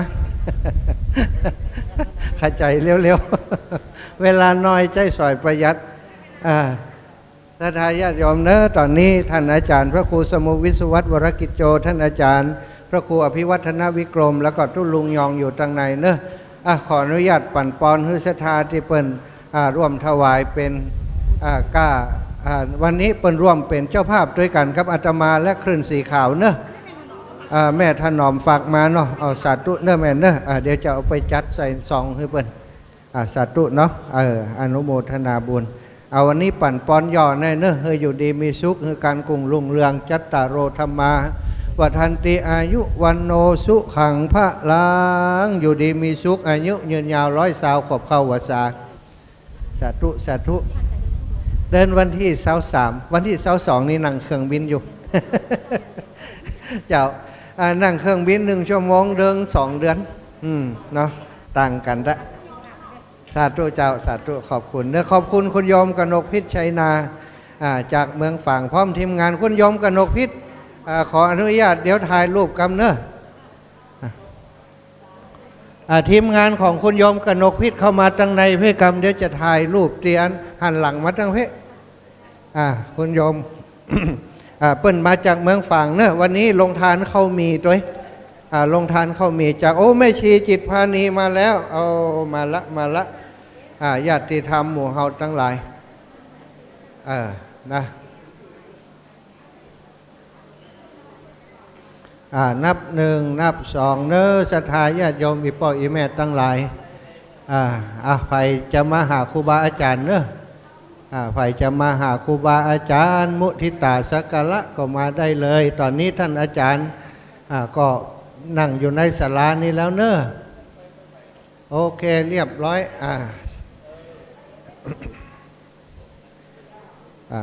เรียบร้อยเนาะขอภาพเดียวแหมกำขอภาพเดียวเพื่อพี่น้องเมืองฝางแหมกำเจ๊นั่งหันก่อนเจ๊นั่งหันก่อนเจ๊เปิ่นก็อยากหันอันมหาสมชาติโฆษณาท่านอาจารย์จนเจ๊ปอหูจักอาจารย์เอาออกเหตุกรรมละมันว่าหันหน้าเต้นนั่นสาธุสาธุบุญรักษาโอ้ขอบคุณเป็นภาพดีงามภาพหนึ่งโอเคเรียบร้อย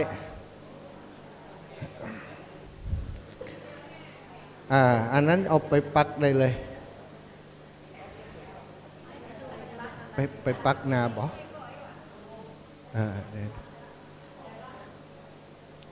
เจ๊ตรงนี้ก็ได้หน้าหลวงพ่อนี่หน้าหลวงพ่อหน้าท่านปักได้หมดเลยจ้ะเด้อขอบคุณอีพ่ออีแม่ทั้งหลายขอบคุณอีพ่ออีแม่ทั้งหลายเนอะเอาใส่สวยตัวล่ะเอาใส่สวยตัวเอาใส่สวยตัวสาธุอีแม่ นะโอ้ตุลุงสวะไม่ลุบๆแปเป็นฝั่งปั่นปอน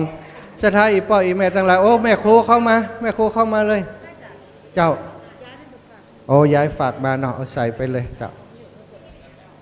สาธุอีแม่สาธุเนอะโอ้สำหรับเจ้าเดี๋ยวจะจัดใส่ให้แม่เนอะเจ้า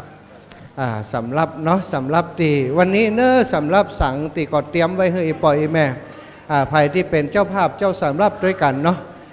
ก็เดี๋ยวก็จะดูว่าเปิ่นมาก็มาถ้าเปิ่นมาก็จะเรียนเชิญเปิ่นได้มาเป็นเจ้าภาพสังถวายกับครูบาอาจารย์ส่งในพิธีวันนี้ตัวเนอะวันนี้มีส่งในพิธี9 รูป 9 องค์เนาะแล้วก็สั่งของเขาก็มีการเทศแล้วก็ปู่อาจารย์และกันพระพุทธทั้งหมดรวมกันแล้ว12กันเนอะที่อาตมาภาพเป็นเจ้าภาพเจ้าศรัทธาร่วมกับพี่น้องหมู่เฮาคลื่นสีขาวทุกบาททุกสตางค์ของศรัทธาพี่น้องทั้งหลายเนาะเฮาก็เอารวมกันเป็นเจ้าภาพในครั้งนี้ตัวเนาะขอบคุณท่านทั้งหลายเนอะคุณโยมกนกพิษชัยนาพี่น้องจากเมืองฝางได้ปวารณาต่อตนต่อให้อาตมาภาพว่ารวมเป็นเจ้าภาพด้วยกันตัวเนาะเจ้าตุลุงอูแตนกรรมท่านอาจารย์ปั่นป้อนกรรมตุลุงอูแตนกรรมยินดีกับพี่น้องศรัทธาเด้อนี่พี่น้องทางลำปางเนาะได้ร่วมทำบุญคุณครูธนวันชัยวงศ์แม่ครูฟ้อนมาแล้วเนาะไม่เอาปอนนะยินดีนะแม่เด้อเอาปอนกี้แล้วเนาะก็ฟังเพิ่นประกาศว่าเนาะแล้วถ่ายรูปหรอถ่ายรูปตรงหน้าเนี่ยแม่เจนเนอร์ศรัทธาปัจจะมาร่วมมุทิตาจิตนะถวายกำลังใจให้กับท่านพระครูสมุวิศวัตโอ้พ่อนานก็มาแล้วพ่อนานมาก็เดี๋ยวเอาเก้าอี้นั่งก่อนป่ะเอาเก้าอี้เปิ้นป้อนนั่งนั่งเก้าอี้ป้อนรู้ได้ไหมเนี่ยญาติโยมที่ร่วมแสดงมุทิตาจิตร่วมทำบุญเป็นกำลังใจให้กับท่านพระครูสมุวิศวัตวรกิจโจก็ขออนุโมทนาเด้อในเมตตาบารมีธรรมท่านพระครูเพื่อก็บอกว่าเดี๋ยวมาถ่ายเลยถ่ายรวมกันเลยไหมถ่ายรวมกันเลยเอารวมยอดเลยถ่ายเป็นใบหมูนี่ รวมญาติรวมมิตรเลยเนาะโอ้ตัวน้อยก็ถ่ายด้วยแต่แม่ครูท่า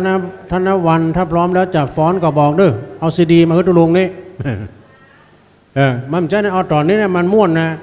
ถ้ากำเดียวเพิ่นฉันเพลแล้วต่างคนต่างไปแล้วจะเอาตอนนี้จังฟ้อนจากเชียงใหม่แล้วก็แม่ครูธนวันชัยวงศ์บนเนี่ยนั่งบนนี่มันเต็มก่อนนะสถานญาติโยมเด้ออีแม่เขาขึ้นมาทางบนก่อนก็ได้หรอนั่งทางบนไว้ทางบนนี่ก็ถ่าแหงนะขึ้นมานั่งบนไว้ไหมมานั่งได้เนี่ยโอ้ตอนนี้ครูบาอาจารย์เริ่มทยอยกันมาเด้อในตอนนี้ในตอนนี้ก็ศรัทธาที่จะร่วมมุทิตาสักการะกับท่านพระครูตอนนี้กำลังถ่ายรูปหมู่ เข้ามาเลยแม่มานั่งทางบนไว้ให้มันเต็มก่อนนะท่านพระครูอภิวัฒนวิกรมเพิ่นบอกว่าเจริญพรนี่แม่เขามานั่งทางบนให้เต็มก่อนนะนิมนต์ลุงเข้ามาเลยครับนะนิมนต์อะไร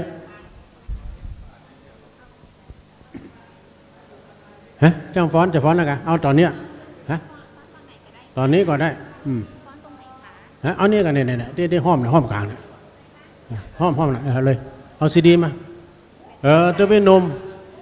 ตัวเป็นนมเอาซีดีใส่กันนึกจ้างฟ้อน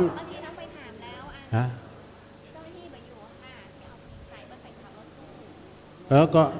ตัวเป็นนมไม่ไหนตัวเป็นนมมันจ้างดอกตัวเป็นนมเอาซีดีใส่เทปกันเนาะโอ้ซีดีใส่เทปเนาะนั่นก็เจริญพรเนอคุณโยมกนกพิษชัยนาเนาะสาธุเนอสาธุอนุโมทนาเนอร้านนาพันธ์จากเมืองฝางอันนี้มันเป็นดอกอย่างเพิ่นแปลงแล้วกันโอ้งามดีได้ งามดีได้กันเอาถ่ายรูปหมู่กันไปนะยังพร้อมด้วยกันก่อนจ้างฟ้อนเพิ่นพร้อมแล้วนี่เพื่อจะฟ้อนแล้วนะตัวพี่เอาใส่เพิ่นเลย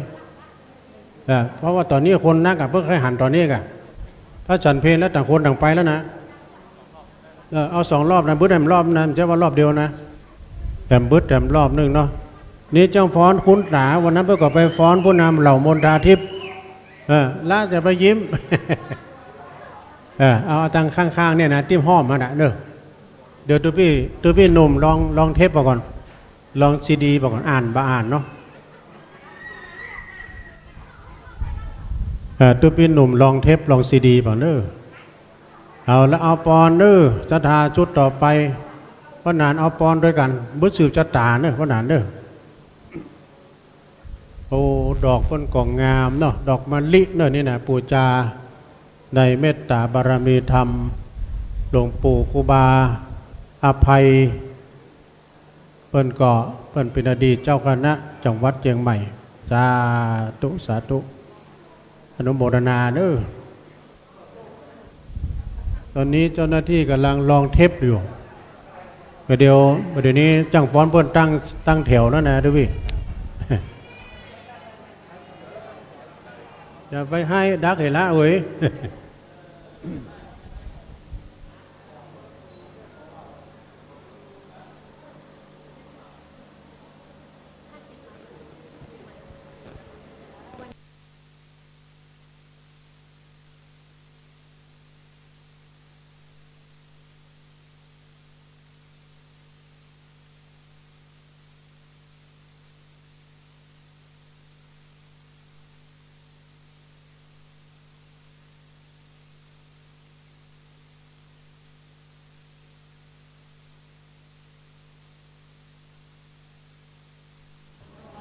เอาละศรัทธาญาติโยมเนาะตอนนี้พี่น้องต่างบ้านต่างจองก็กำลังทยอยกันมารอเจ้าหน้าที่กำเดียวว่าตัวพี่หนุ่มว่า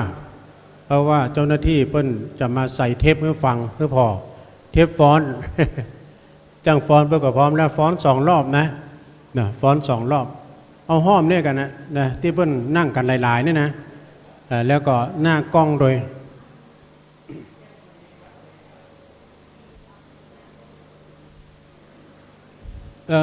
ศรัทธาญาติโยมที่ร่วมทำบุญไปตะกี้ก็ขออนุโมทนาโมทนากับญาติกับโยมโดยอัญเชิญยังเทพไทยมเหสกาเทวบุตรเทวดา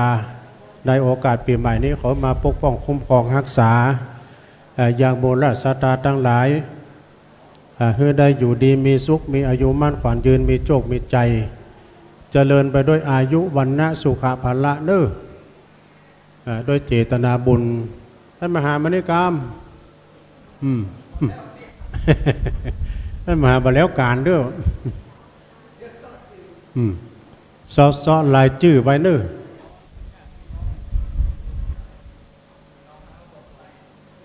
พี่น้องป่าปงไตเจริญพรขึ้นมาตำบลพี่มันนั่งตั้งหน้านี่วะขึ้นมาตำบลญาติพี่น้องของท่านพระครูอาจารย์วิศวัตรวรกิจโจพี่น้องปงใต้เจริญพรมานั่งจันลิงไซไปนะโมทนากับศรัทธาญาติโยมเข้ามาทางในไปเนาะเพิ่มมา3 ลำรถตู้พี่น้องปงใต้บ้านเกิดของท่านพระครูสมงวิศวัตรวรกิจโจท่านพระครูเพิ่งก็มาด้วยเนาะเจ้าอาวาสวัดโป่งใต้ก็มาโดยในก่อนนำทีมโดยหลวงพ่ออุดมท่านพระครูอุดมที่เปิ้นเทศธรรมแล้วก็ตั้งเวียงป่าเป้าก่อนนำทีมโดยนี่อย่างโอ้โป่งใต้ลำปางเนาะอายุวันโนสุขังพลังนะแม่สาธุไปประกาศนะบุญเนาะนี่ไหนก็สันเข้าแคบกลางสันกำแพงอยู่ไหนสันเข้าแคบกลางเนาะมากันหลายก่อนไหม ลำรถเนาะเดียสันกำแพงสันเขาแคบกลางก็มาโดยพี่น้องอยู่ทางบ้านทางจองก็ได้ยินอยู่เด้อพี่น้องสันเขาแคบกลางร้านตองไว้เนาะ เจริญพรเด้อขึ้นมาทางบนได้ไหมเด้อบัดใจกับพี่น้องทางลำปางนะขึ้นมาหมดเลยไหมขึ้นมาให้มันเต็มก่อนนะขึ้นมาเลยเจิญแม่ครูธนวันแม่ครูธนวันเจิญคนเฒ่าแก่ขึ้นมานะขึ้นมาบนไว้เองนั่งให้มันเต็มก่อน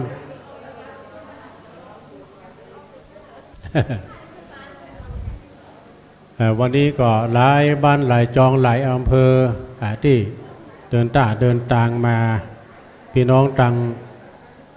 เวียงป่าเป้าอยู่ในระหว่างการเดินทางพี่น้องตำเมืองฝางนำทีมโดยคุณกนกพิษชัยนาร้านนาพันธ์ก็นำทีมพี่น้องตังเมืองฝางมาเดี๋ยวก็ตั้งหัวนี่ก็บึ้ดเขาก็เอาเคียนหัวนะแม่เด้อที่เพิ่นสืบจัตตานั่นนะสืบจัตตาถึงวัดถึงบ้าน ขึ้นมาทางบนไปเด้อถ้าว่าแจกของนี่มันได้ทั่วถึงแต่มันวิทย์ทางลุ่มนะ บุตรท่านพระครูว่าจะแจกของดีด้วย โอ้โฮงตาลก็มีหลายเนอะสถาตามพระอ่านบัดกี้นะโฮงตาลแม่บ้านก็ดีโฮงตาลที่เพิ่นมาเป็นเอกชนเป็นครอบครัวก็มีนักมีหลายเนาะเพราะฉะนั้นก็คณะศรัทธาตังที่กำลังเดินต่างมาขึ้นมาตำบลไว้ไหมดกบางพ่องก็สวากย่างตังเตียวมา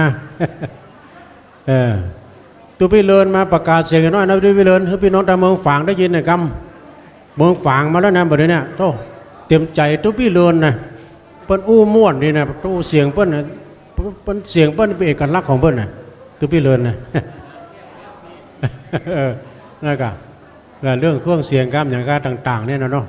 นิมนต์ตำบลไว้ด้วยเว้ยขึ้นตำบลไว้ตัวพี่เลินขึ้นมาตำบลเอาเสียงออกชิดวิทยุหน่อยตอนนี้ศรัทธาญาติโยมเดินทางมาแล้วน้ำเย็นอยู่ตามที่นั่นเด้อศรัทธาเด้อน้ำเย็นจ้างฟ้อนเวลาใกล้มาแล้วนะฮะเดี๋ยวนี้9 โมงเช้าเดี๋ยวนี้ฟ้อนเลยเนาะเดี๋ยวฟ้อนเอาฟ้อนในชุดหนึ่งก่อนเดือนซีดีแล้วมีไหนเดี๋ยวนิมนต์พี่เลินมาเนี่ยครับเขาได้ยินเสียงพี่เลินนะอ่านตัวจริงเสียงจริงแล้วเอาให้หน่อยนิมนต์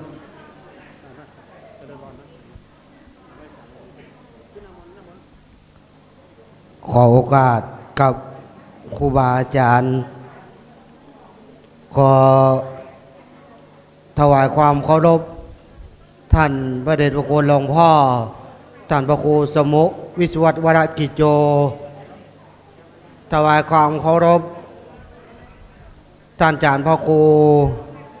อภิวัฒนมงพ่อครูอภิวัฒนกรม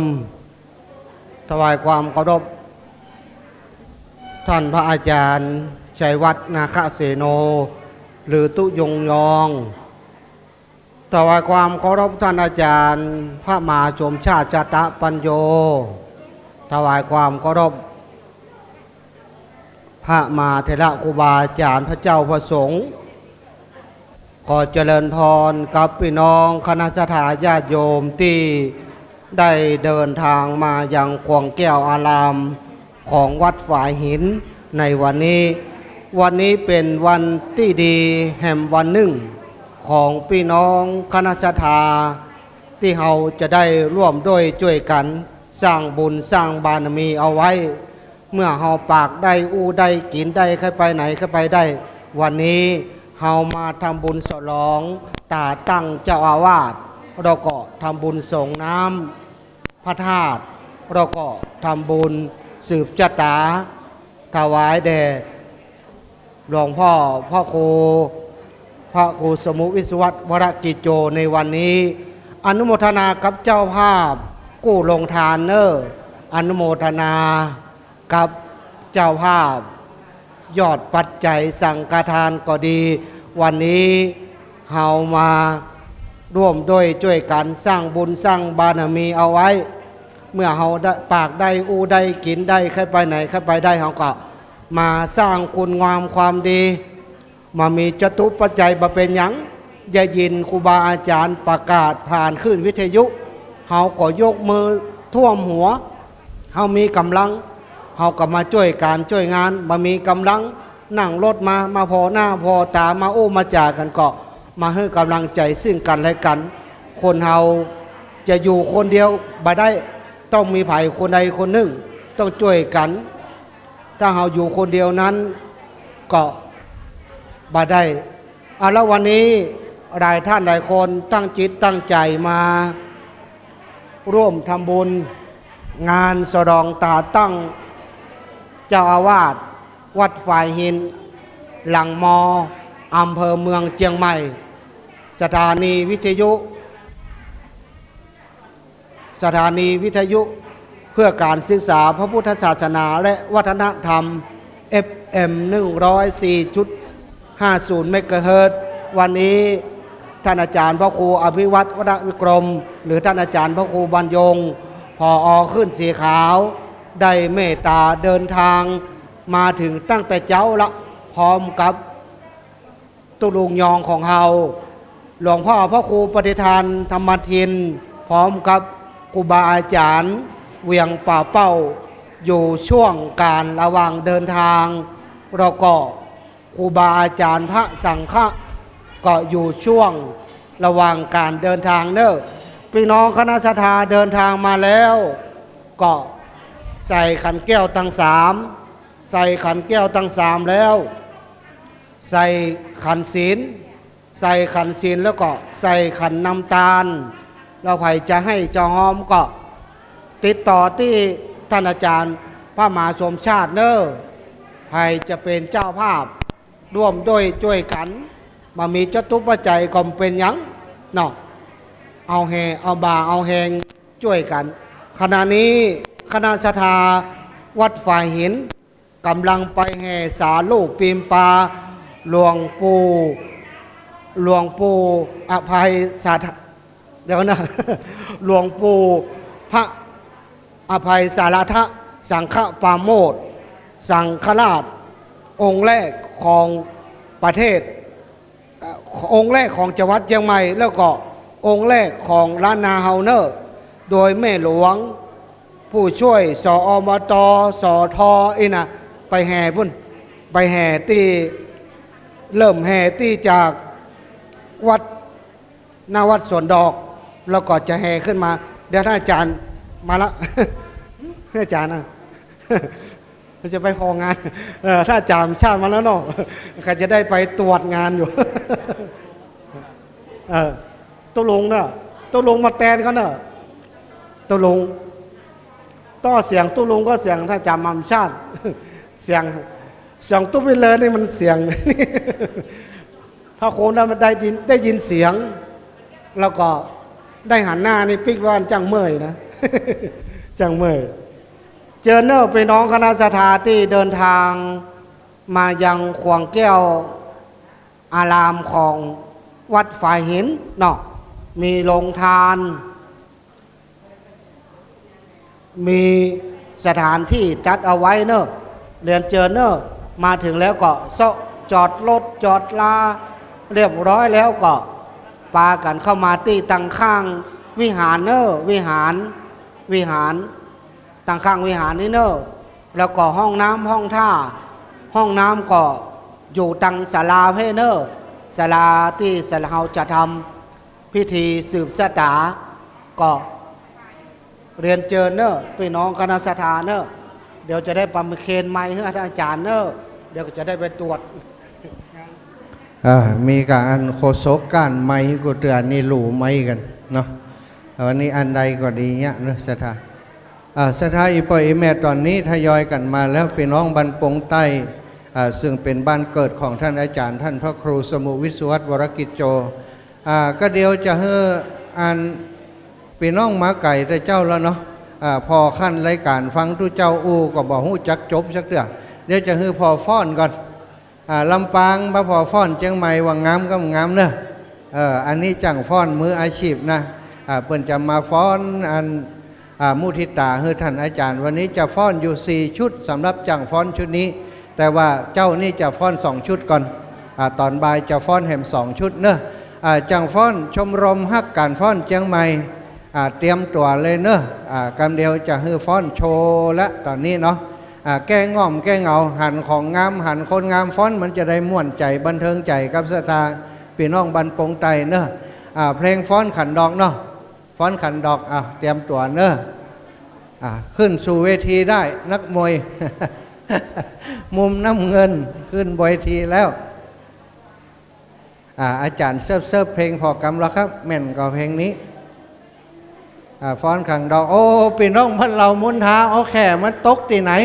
ฮะโอ้กำลังมาถึงหรอปากตังเจริญเป็นมาถึงตะวาละเรามุนหายังกำลังมาเพลงนี้แม่นก็ถ้าพร้อมแล้วขึ้นมาบนเลยเนอะอาจารย์ก็เดี๋ยวก่อนเนอะอาจารย์เปิดไปก่อนตั้งบนเลยแม่ขึ้นบนเลยจ้ะเจ้าโอ้แม่บุญคนงามว่าอย่างไรเข้าไปเลยแม่บุญไปหาท่านอาจารย์เลยอาจารย์ปิดเพลงก่อนเนอะก็เดี๋ยวไปแล้วจ้ะตรงเนี้ยแม่บริเวณนี้ยกเวทีคือเลยยกเวทีคือเลยมันจะได้งามถ้าไปตั้งลุ่มมันจะจมลงไปเพลงพร้อมแล้วเนาะจังฟ้อนพร้อมแล้วครับใส่ขันดอกนี่ไหมท่านนี่จะเว้นท่านนั้นจะเป็นที่จังฟ้อนเนอะท่านอาจารย์พร้อมแล้วครับพออันจังฟ้อนอันเชียงใหม่เนอะเชียงใหม่กับแม่แตงจะเจอกันลูกสาวจากแม่แตงก็จะมาฟ้อนเนาะเป็นการปูจาครูท่านอาจารย์พร้อมแล้วครับจังฟ้อนพร้อมแล้วครับศรัทธาญาติโยมที่เดินทางมาถึงแล้วเนอะมาใส่ขันดอกให้เรียบร้อยแล้วก็เข้ามาตั้งในศาลามีที่นั่งสำหรับตั้งบนนี่ก็มีเนอะตั้งรุ่มก็มีสะดวกตรงไหนเอาตรงนั้นเนาะสะดวกจะนั่งตั้งรุ่มก็ได้สะดวกจะขึ้นมาตั้งบนก็เจริญพรตามอัธยาศัยบอกคนใส่ให้เงินให้คำให้เงินให้คำอยู่ไหนให้เงินให้คำก็มีเนาะบัดได้บอกเนาะตุปีกำลังมาจี้ขี้ข้างใช้ให้เงินให้คำจะเจริญรุ่งเรืองมีเงินมีคำเนอะเอาตัวนุ่มตุปีจำมายงท่านอาจารย์พร้อมแล้วครับท่านอาจารย์พร้อมแล้วครับตอนนี้พร้อมแล้วครับพร้อมแล้วครับจังพ่อนท่าจันเมินอาจารย์กำลังจิเน้นอยู่ไปพอแล้วพร้อมหรือยัง ลายลุล่ะเอาเลยเอามวนลูกทุ่ง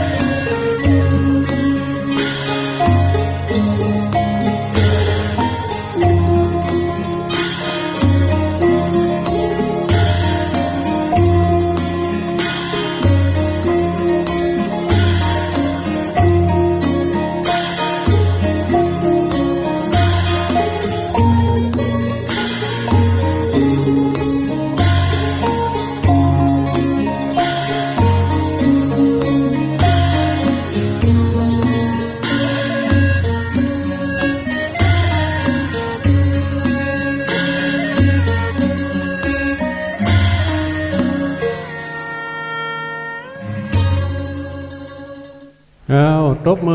อพุทธรู้นี่ฟ้อนขันดอกฟ้อนขันดอกชุดแรกผ่านไปบึ้ดจะฟ้อนเป็นรอบที่สองแถมดึก อันนี้ฟ้อนขันดอกนะเอาตอนนี้เคลียร์พื้นที่กับแม่ครูธนวัน เดี๋ยวคณะกรรมการเราช่วยกันปัดกวาดกรรมเนาะจ้างฟ้อนว่าจะกวาดเองวะฮะมีแต่เพลงเนาะเดี๋ยวฟ้อนกาสลองแถมเอาอยู่มาดูลุงได้ไหมมาดูอยู่กวาด มีแต่เพลงนี่อยู่นะเดี๋ยวฟ้อนดอกกาสลอง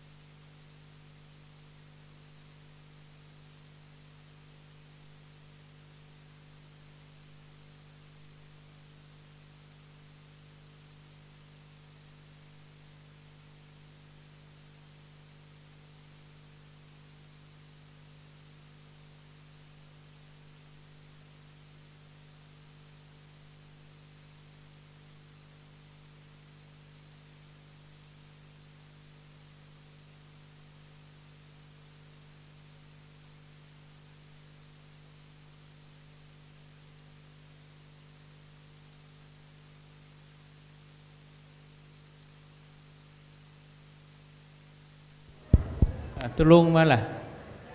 มันเงียบเสียงมันเงียบไหนอ่ะตุลุงมานิมนต์ไผมีเข้าตอกดอกไม้ก็เดียวก็เกี่ยมเด้อเดี๋ยวเปิ้นห่อเปิ้นนั้นแห่รูปเหมือนครูบามาก็ถ้าเฮามีเข้าตอกดอกไม้เฮาก็เอาโปรยที่รูปเหมือนครูบาส่งน้ำนี่ส่งมาตอนบึดฉันเพลแล้วกี่ข้าวตอนแล้วก็เกี่ยมน้ำขมิ้นส้มปล่อยส่งน้ำรูปเหมือนครูบาอภัยสารทะช่วงมาเจ้านี่ก็จะสืบชะตาก่อนเนาะ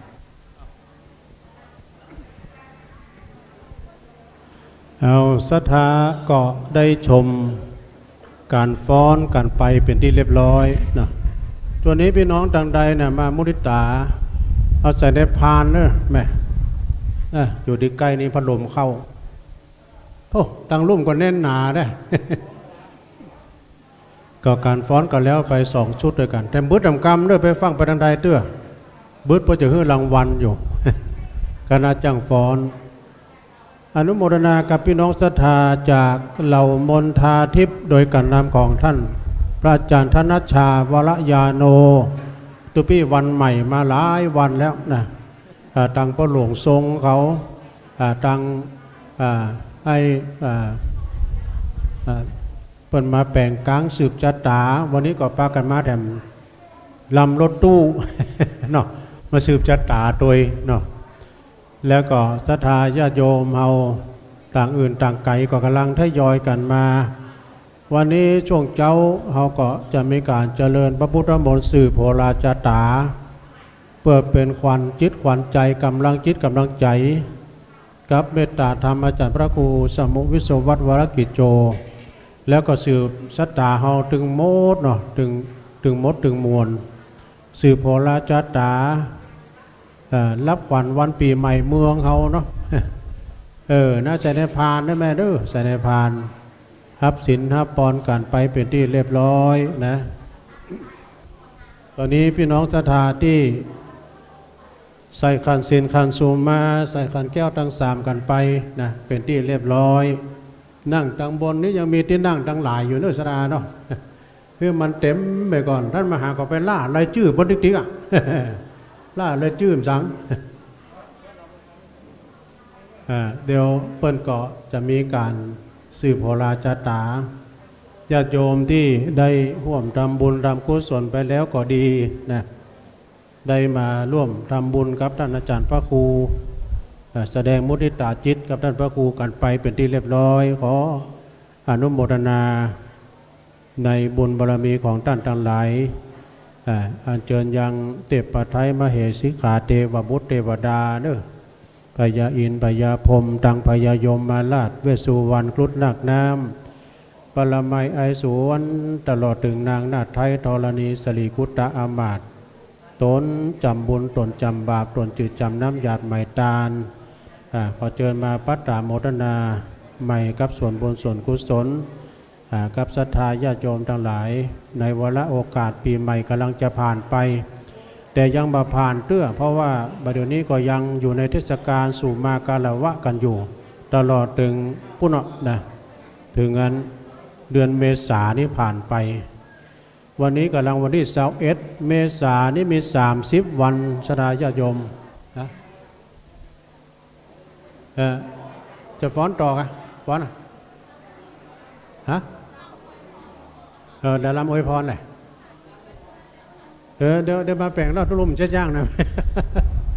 กำว่าคิกเคิกในตุลุ่มหูนะพอจะฟ้อนนำแล้วนะเดี๋ยวมาคิกกำเด้อไปจ้างเพราะเน้นจ้างก็เน้นมาคิกกำฟ้อนอย่างก็เปิ้นคิกไว้แล้วตั้งแถวเลยเด้อก็เดี๋ยวเน้นจะเปิดแล้วนะ เดียวตั้งแถวเลยเพิ่นสต็อปวันนี้เน้นเพิ่นสต็อปวันนี้นะสต็อปแล้วก็อันสต็อกคืนเดี๋ยวพ่อยังตั้งแถวได้ละเดี๋ยวถ้าพร้อมแล้วบอกด้วยเน้นเพิ่นจะได้เปิดสต็อกเดี๋ยว ร้อมหรือยังเอ่ยถ้าพร้อมแล้วบอกเน้นพอแล้วเน้นพร้อมก่อนเน้นพร้อมแล้วพร้อมนะโอเคเอาเลย1 2 3รำอวยพรต้อนรับผู้มาเยือนแม่นก่อนเอาเลย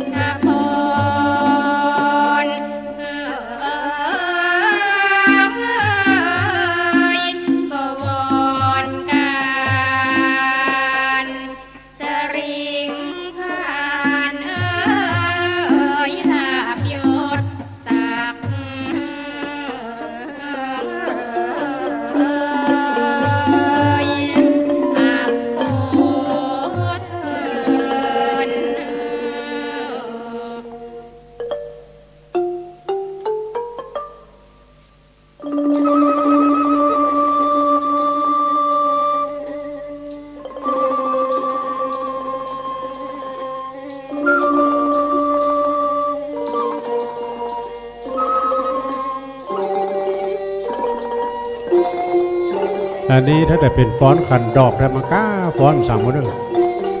งามเน้อสถาฟ้อนกู้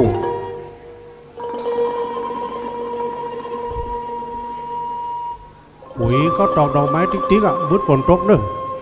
พอฝนตกหาแก้วตกลงมาเทวดาโปรยปลายเขาตอกดอกไม้เป็นฝนหาแก้วตกลงมาจุ่มเนื้อเย็นใจ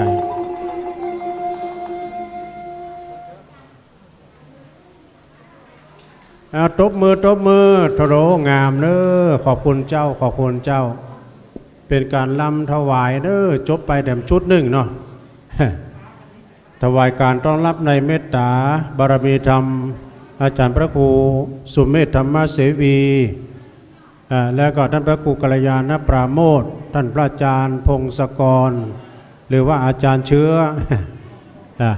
ได้มีเมตตาเดินทางมาถึงแล้วนะครับเด้อตอนนี้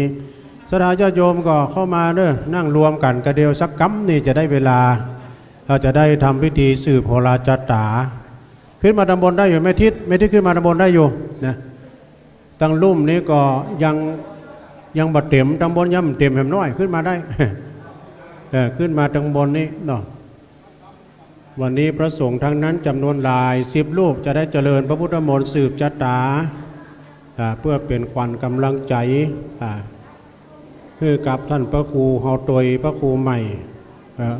พระครูสมุวิโสวัตเจ้าอาวาสใหม่เนาะจะลองตราตั้งเจ้าอาวาสโดยวันนี้ ร่วมมุทิตาจิตแสดงความยินดีกับท่านพระครูสมุวิโสวัตวรกิจโจช่วงเช้าเขาจะมีการทำบุญในการสืบชะตา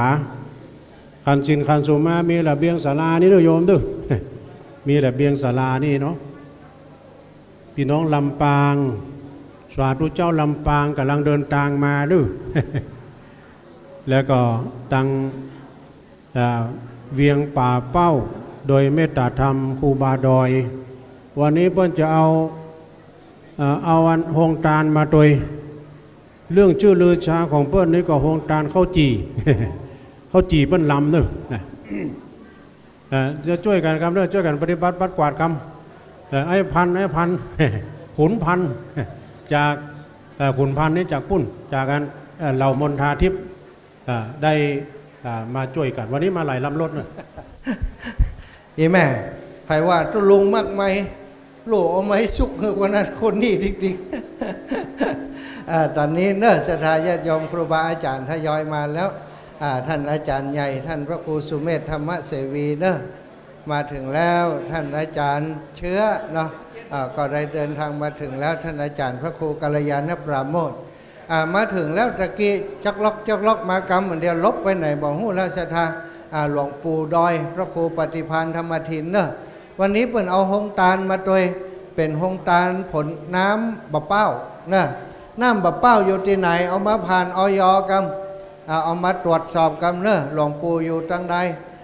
พระสงฆ์พร้อมแล้วเนอะหลวงปู่ขจายมาเร็วๆหลวงปู่พระครูปฏิภาณธรรมทินท่านอาจารย์พระมหาเสาแก้วลบเดินทางมาถึงแล้วยังเอานึกว่าเปิ่นจะเอาต้อมหันบัดต้อมล่ะเก็บเลยเนาะศรัทธาญาติโยมอีพ่ออีแม่ทั้งหลายที่มาถึงแล้วเนอะตั้งนอกปุ้นพิธีบ่ได้อยู่ปุ้นนาพิธีอยู่ตังเพเนอะพิธีอยู่ที่อันศาลาเพเนาะเพราะฉะนั้นอีพ่ออีแม่เข้ามาตังศาลาเพเลยเนอะศาลาที่ข้างอุโบสถเนอะเข้ามาตังศาลาโรงทานต่างๆจัดไว้ให้แล้วเนอะโรงทานไผอยากจะจิ้มอันมีเข้ามีเมืองมาจากเมืองฝางพุทธสถานนี่นะอยู่ทางซ้ายมือของอาตมาทางขวามือของสถานเนี่ยมาจากเมืองฝางมาตั้งแต่ตี 4 ตี 5แล้วเนาะกว่าจะมาถึงที่นี่ตอนนี้มาถึงแล้วเนอะโอ้อีแม่เอาของมาแจกกะโอ้สาธุเอามาหาท่านอาจารย์ในเลยอีแม่เข้าไปในเลยเนอะท่านพระครูอยู่ในเนอะเข้ามาในเลยน้ำถวายโอ้สาธุอีปอสาธุบุญรักษาอายุวันโนสุขังพลังฮะเกณฑ์ที่แหมนี่เพนได้ไหมล่ะสาธุนั่นแม่เนอะคุณจานนี่ใครเนี่ยเดี๋ยวกันจ้ะอีแม่เอาวางเลยเนาะสาธุเนอะศรัทธาญาติโยมเนอะป้อนันจันแม่ซุมเนอะนางสาวพรสวรรค์อนุวงศ์บ้านบวกกั้งสันกำแพงมาแล้วศรัทธาทั้งหลายที่แม่จะเตะเห็มกำกัน เตะก่อมได้ก็เอาอีแม่จะเอาถวายมดนั่นกะฮะเป็นอย่างด้วยกับปัด เอาละสทายปล่อยแม่ทั้งหลายเนื้อครูบาอาจารย์ที่เดินทางมาถึงแล้วเข้าห้องน้ำห้องท่าแล้วเข้าห้องสุขาแล้วกราบนิมนต์ที่บนศาลาเลยนะครับเนอะตอนนี้เวลา9:32 นาทีก่อนเหลือเวลาแหมสักเล็กน้อยเนาะก่อนที่จะได้อันประกอบพิธีทางศาสนาเนอะก็ประกอบพิธีทางศาสนาเวลา10 นาฬิกาเนาะสถาอีพ่ออีแม่ทั้งหลายเจริญพรอีแม่อยู่ในอันพิธีอยู่เนอะก็เดียวโทรกลับบอกก็ว่าอีแม่ไม่อย่างด่วนจ๊ะจะบอกว่าเอาวันออมสินทางนั้นถ้าอาจารย์นั้นนิรันดร์เนี่ยเจ้าฮะอีแม่ว่าอย่างก็เอาวันออมสินทางมาอาจารย์นิรันดร์มาได้ก่อนได้อาจารย์นิรันดร์มาแหละจะมาเอาผ้าวันนี้ครับเจ้าโอ้เขาอยู่เชียงใหม่พี่อีแม่เดี๋ยวจะติดต่อเนอะแม่เนอะเดี๋ยวเขาจะให้คนอื่นเอาไปให้จ่าตู้เนอะเจ้าบุญรักษาแม่เอาศรัทธาญาติโยมเนอะอีปล่อยอีแม่มาแล้วก็เข้ามาตั้งในเนอะเปิดญาติกันเข้าไปครูบาอาจารย์นอกจากลำปางมา3 รูป3 องค์เนอะส่งพิธีแล้วก็เมตตาบารมีของท่านอาจารย์พระครูอภิวัฒนวิกรมกลับนิมนต์ตั้งเชียงใหม่ตั้งดอยหล่อมาแหมเนาะวันนี้ก็จะเป็นครูบาอาจารย์ในเครือข่ายคลื่นสีขาวของเขาที่ได้เมตตามาร่วมประกอบพิธีเจริญพระพุทธมนต์เพื่อเป็นสิริมงคลเนื่องในโอกาสที่ท่านอาจารย์ท่านพระครูสมุวิศวัตวรกิจโจท่านเจ้าสมภารเจ้าวัดไฟหินได้รับการแต่งตั้งจากหลวงพ่อเจ้าคณะจังหวัดเชียงใหม่สงฆ์คณะจังหวัดเนาะได้มอบหมายแต่งตั้งให้ท่านเจ้าสมภารเจ้าได้เป็นสมภารหัววัดไฟหินของเขาตอนนี้ขบวนแห่ถ้าจะมาถึงแล้วก็ต้มตั้มแล้วนะถ้าจะมาถึงแล้วเนาะศรัทธาอีพ่ออีแม่ทั้งหลายเนอะก็ใครที่ได้ร่วมบุญร่วมกุศลเนาะอาจจะได้ประกาศชื่อเสียงเรียงนามศรัทธาท่านเจ้าเนอะวันนี้ก็มีให้หอมเพิ่มเติมมาตินีป้อนันจันแม่สุมนางสาวพรสวรรค์อนุวงศ์เนอะพ่อศรัทธาพ่อพิบูลแม่ฟองจันอ้ายเสาหมู่2 บัวค้างสันกำแพงคุณโยมเกศรมาน้อยบ้านบัวค้างสันกำแพงพ่อฤทธิ์แม่คำอ่อนชมพูแก้วเนาะแม่จันสมใจปัญญาร่วมบุญถวายทานเอาไว้ไปนาพ่อลาแม่อ่อนวงศาบ้านบัวค้างสันกำแพงร่วมบุญเป็นปัจจัยมา100 บาทนายปรีชานางวลัยวันปันธาเนาะบ้านบัวค้างแม่ละไมใจปันตาบ้านบัวค้างร่วมบุญมาอาจารย์ปรริญญ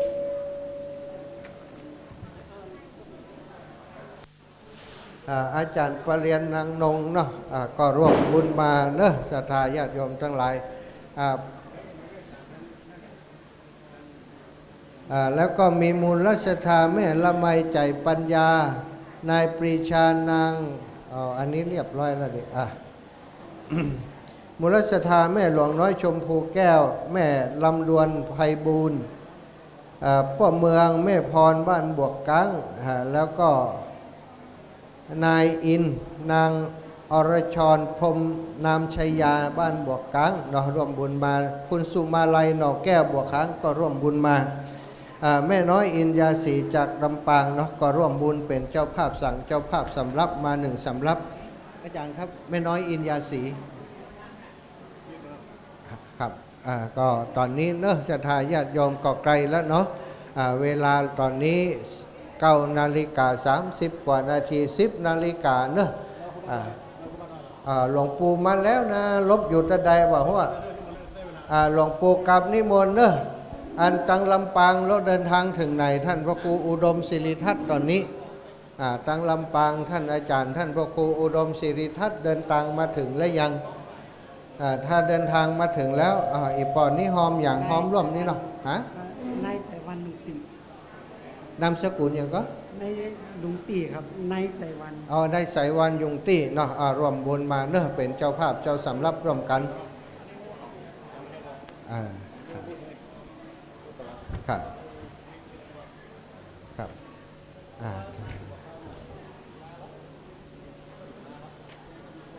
อาจารย์ครับครับตอนนี้เอาขบวนมาแล้วขบวนแห่สมโพธิเนาะหลวงพ่อท่านครูบาเจ้าท่านเจ้าคุณอภัยสารทะได้เดินทางมาถึงยังวัดฝ่ายหินของเฮาและศรัทธาจับพอดีเนาะเฮาจะได้ประกอบพิธีทางศาสนาเป็นลำดับไปตอนนี้ขบวนแห่เนาะนะแห่หลวงครูบาเจ้าครูบาอภัยสารทะครับผมครับผมตุลงท่านอาจารย์อยู่แล้วเนาะตุลงท่านอาจารย์ชัยวัฒนาคเสโนมหาเพศแห่งกรรมตุลงเดี๋ยวผมจะจดเอาลายหมายเอาชื่อพิธีการกำครับ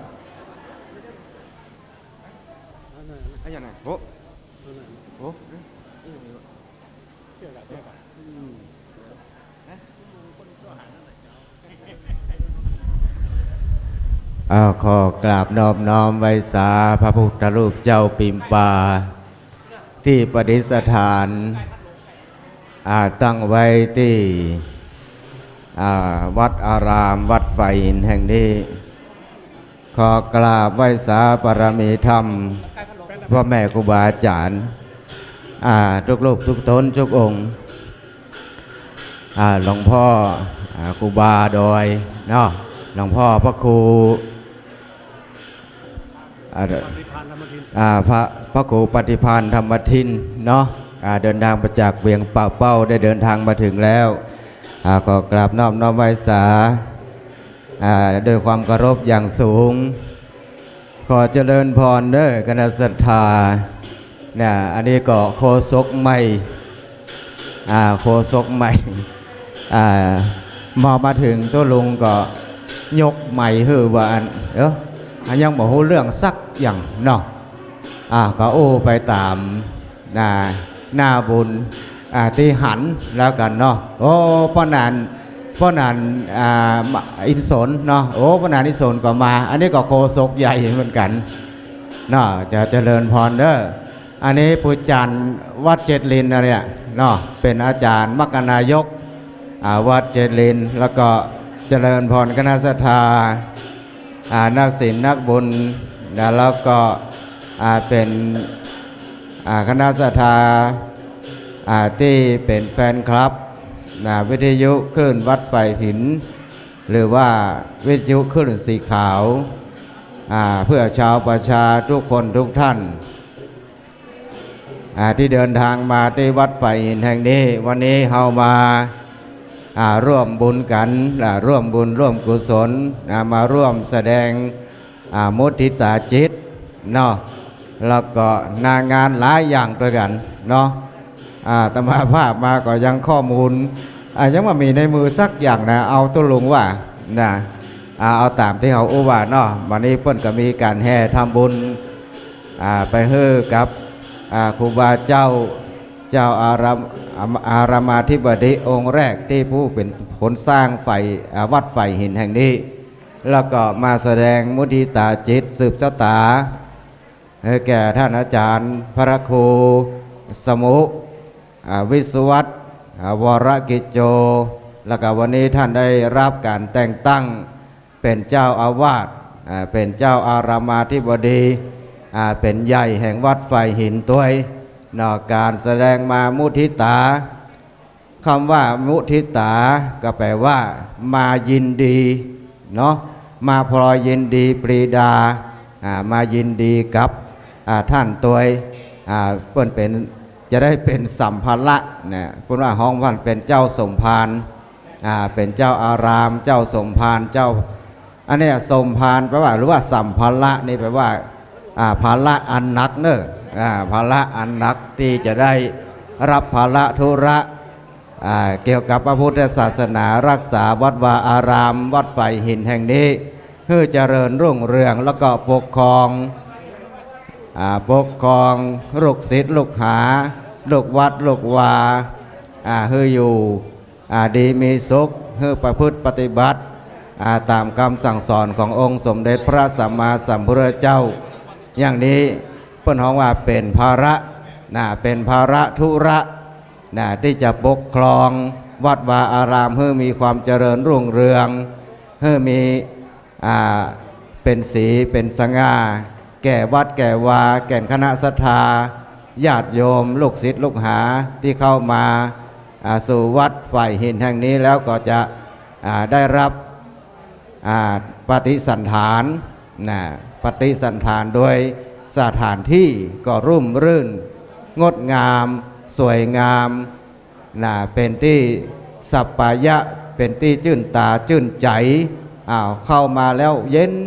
อกเย็นใจได้รับธรรมะเรียกว่าธรรมะปฏิสันฐานจากท่านอาจารย์เจ้าอาวาสหรือว่าท่านอาจารย์พระครูวิศวัตรวรกิจโจนี่ละเพิ่นกับปฏิสันฐานเป็นท่านเป็นผู้มีธรรมะเมตตามีธรรมะเมตตาสูงยินดีต้อนรับผู้คนทุกคนทุกท่านญาติโยมที่เดินทางเข้ามาที่มาแสดงมุทิตาจิตในวันนี้เนี่ยต้อนรับทุกคนทุกท่านด้วยเมตตาจิตเมตตานี่แปลว่าความรักใคร่ที่ปราศจากเขาเรียกว่าปราศจากราคะเป็นของว่าอันมันมีราคะคือความฮักที่เหมือนฮักพี่ฮักน้องฮักญาติธรรมฮักเป็นที่เป็นลูกศิษย์ลูกหาองค์สมเด็จพระสัมมาสัมพุทธเจ้าเสมอเหมือนกันหมดกุคนเปิ้นปราศจากอคติทั้งสี่อคติทั้งสี่คือบาลำเอียงเพราะบาเอียงประดังใดตั้งดึงบาลำเอียงเพราะรักบาลำเอียงเพราะกลัวบาลำเอียงเพราะหลงบาลำเอียงเพราะโกรธอย่างนี้เป็นต้นมามีอคติสักกับไผ่สักคนมีจิตใจเสมอกันเหมือนกันหมดอย่างนี้เขาเรียกว่าปราศจากอคติทั้งสี่ฉะนั้นก็เข้ามาความยินดีกับท่านอาจารย์พระครูวิศวัตรตัววันนี้มาสืบชะตาตัวเนอเพื่อท่านได้มีอายุมั่นยืนยาวได้กำจูพระบวรพุทธศาสนาเนี่ยเหมือนไม้กำเนี่ยเป็นประเพณีเป็นเขาเรียกว่าเป็นคติที่ความเชื่อที่หมู่เฮาทั้งหลายที่ได้ทราบกันว่าไม้กำโพเนาะเป็นไม้กำที่จะกำจูชีวิตให้มีอายุมั่นยืนยาวเจริญรุ่งเรืองในพุทธศาสนาก็ดีเวลานี้ไปก็เพิ่นเอาไปกำไม้โพไม้โพหรือว่าวัดสี่มหาโพเนี่ยก็เปรียบเสมือนสัญลักษณ์ของพระบวรพุทธศาสนาเขาไปกำโพพุทธศาสกำไม้โพแล้วก็เหมือนเขาได้หมู่เฮาทั้งหลายได้กำจูพระบวรพุทธศาสนาเพื่อยั่งยืนรุ่งเรืองจนถึงสุดเสี่ยงศาสนา5 ปันพระวาสาเนี่ยเนาะอันนี้มีความยินดีตัวเนอยินดีต้อนรับคณะสัทธาและครูบาอาจารย์ทั้งหลายตัวมอบหมายกราบไหว้สาครูบาอาจารย์พระสงฆ์ที่ได้กราบนิมนต์มาในพิธีเจริญพุทธมนต์สืบชะตาเนาะตอนนี้ช่วงนี้ก็ได้เวลาแล้วขอกราบนิมนต์ครูบาอาจารย์พระเถรานุเถระเจ้าคณะพระสังฆาธิการที่ได้รับกราบนิมนต์มาในเจริญพุทธมนต์สืบชะตานี้ก็นิมนต์กราบนิมนต์ได้แล้วครับตอนนี้ได้เวลาแล้วกราบนิมนต์ขอรับผม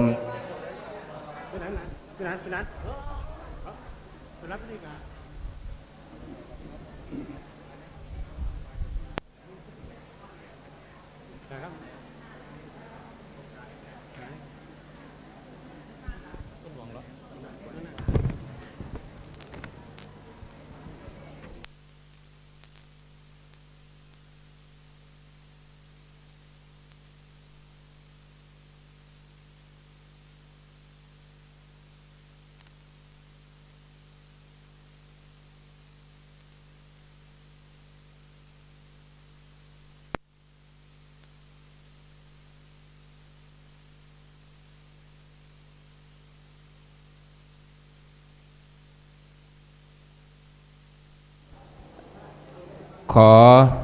ถวายความเคารพครูบาอาจารย์พ ระเจ้าพระสงฆ์พระมหาเถระพระเถรานุเถระทุกรูปอันมีหลวงพ่อพระครูปฏิภาณธรรมทินเจ้าวาดวัดพระธาตุม่อนจอมพอท่านพระครูสุเมธธรรมเสวีเจ้าวาดวัดม่อนฤาษีอำเภอดอยหล่อพร้อมกับพระเจ้าประสงค์จำนวน9 รูปที่จะเป็นตนเมตตาเจริญพระพุทธมนต์สืบชะตาถวายคือกับท่านพระครูสมุวิสุวัตวรกิจโจเจ้าวาดวัดฝ่ายหินในโอกาสเวลานี้เป็นเวลาที่เหมาะสมเปิงควรแล้วคณะกรรมการพี่น้องศรัทธาญาติโยมท่านสาธุชนทุกคนทุกท่านตั้งอกตั้งใจเข้าสู่พิธีการพระสงฆ์จะได้เจริญพุทธมนต์เบื้องต้นนั้นก็จะเป็นการจุดธูปเทียนบูชาพระรัตนตรัยไหว้พระสมทานศีลและมคณายกจะได้อาราธนาพระปริตช่วงที่พระสงฆ์ได้เจริญพุทธมนต์นั้นเจริญพรญาติโยมท่านสาธุชนได้นำฝ้ายนำได้มาพันที่ศีรษะตอนนี้ยังบ่ต้องทำเตื้อรอให้ไหว้พระเรียบร้อยก่อนบัดนี้ได้เวลาที่จะได้ประกอบพิธีแล้วเชิญทุกท่านตั้งอกตั้งใจอยู่ในอาการที่สงบเข้าสู่พิธีการตามลำดับไปขอกราบนิมนต์ท่านพระครูสมุวิสุวัตวรกิจโจเจ้าวาดวัดฝ่ายหินได้จุดธูปเทียนบูชาพระรัตนตรัยเชิญญาติโยมทั้งหลายประนมมือเน้อแล้วก็ตั้งอยู่ในความสงบพร้อมกันณบัดนี้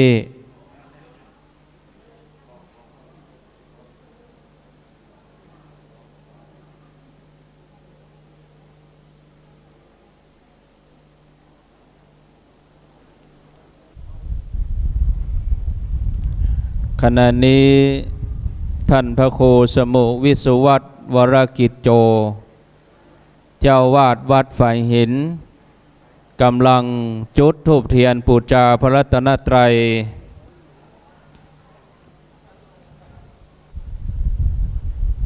พร้อมกันนี้กราบนิมนต์ท่านพระครูสมุวิสุวัตวรกิจโจได้จุดธูปหน้ารูปถ่ายพระเดชพระคุณท่านเจ้าคุณอภัยสารทะสังฆปาโมกข์อดีตปฐมสังฆราชาแห่งล้านนาไทยอดีตเจ้าคณะจังหวัดเชียงใหม่รูปที่1ซึ่งท่านได้มรณภาพไปเมื่อพ.ศ. 2457นับถึงปัจจุบันก็ได้109 ปีพระเดชพระคุณพระอภัยสารทะนั้นเกิดเมื่อปี2374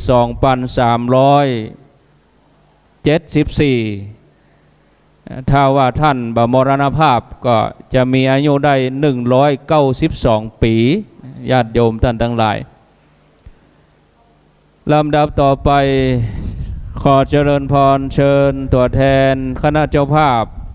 และศรัทธาสาธุชนจำนวน9 ท่านได้จุดเทียนบูชานวโลกุตรธรรม9 เล่มที่สัตพันธ์7 เล่มและมงคลซ้ายมงคลขวา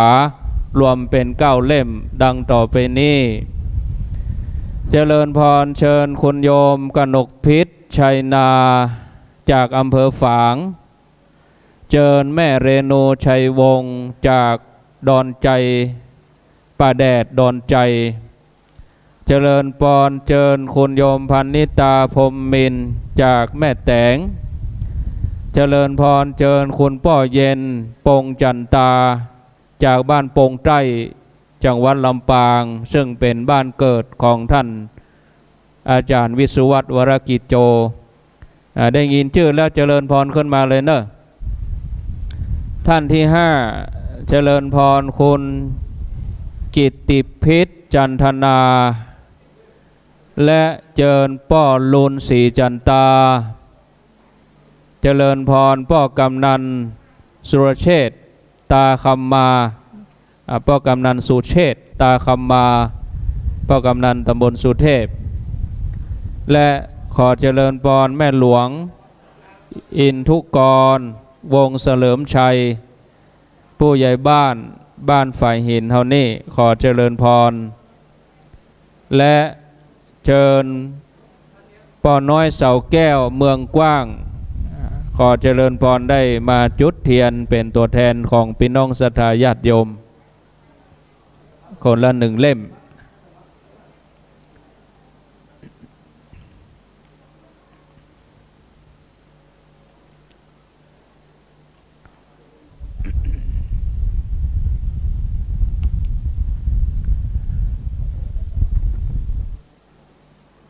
เชิญยศญาติโยมท่านทุกท่านได้ประนมมือเนอะคณะที่ตัวแทนศรัทธาทั้งหลายกำลังประนมจุดธูปอยู่จุดธูปเทียนอยู่ก็คือญาติโยมทั้งหลายประนมมืออย่างตั้งอกตั้งใจขออนุโมทนาขอบคุณกับญาติโยมจำนวน9 ท่านที่เป็นตัวแทนของหมู่เฮาท่านทั้งหลายได้มาจุดเทียนจำนวน9 เล่ม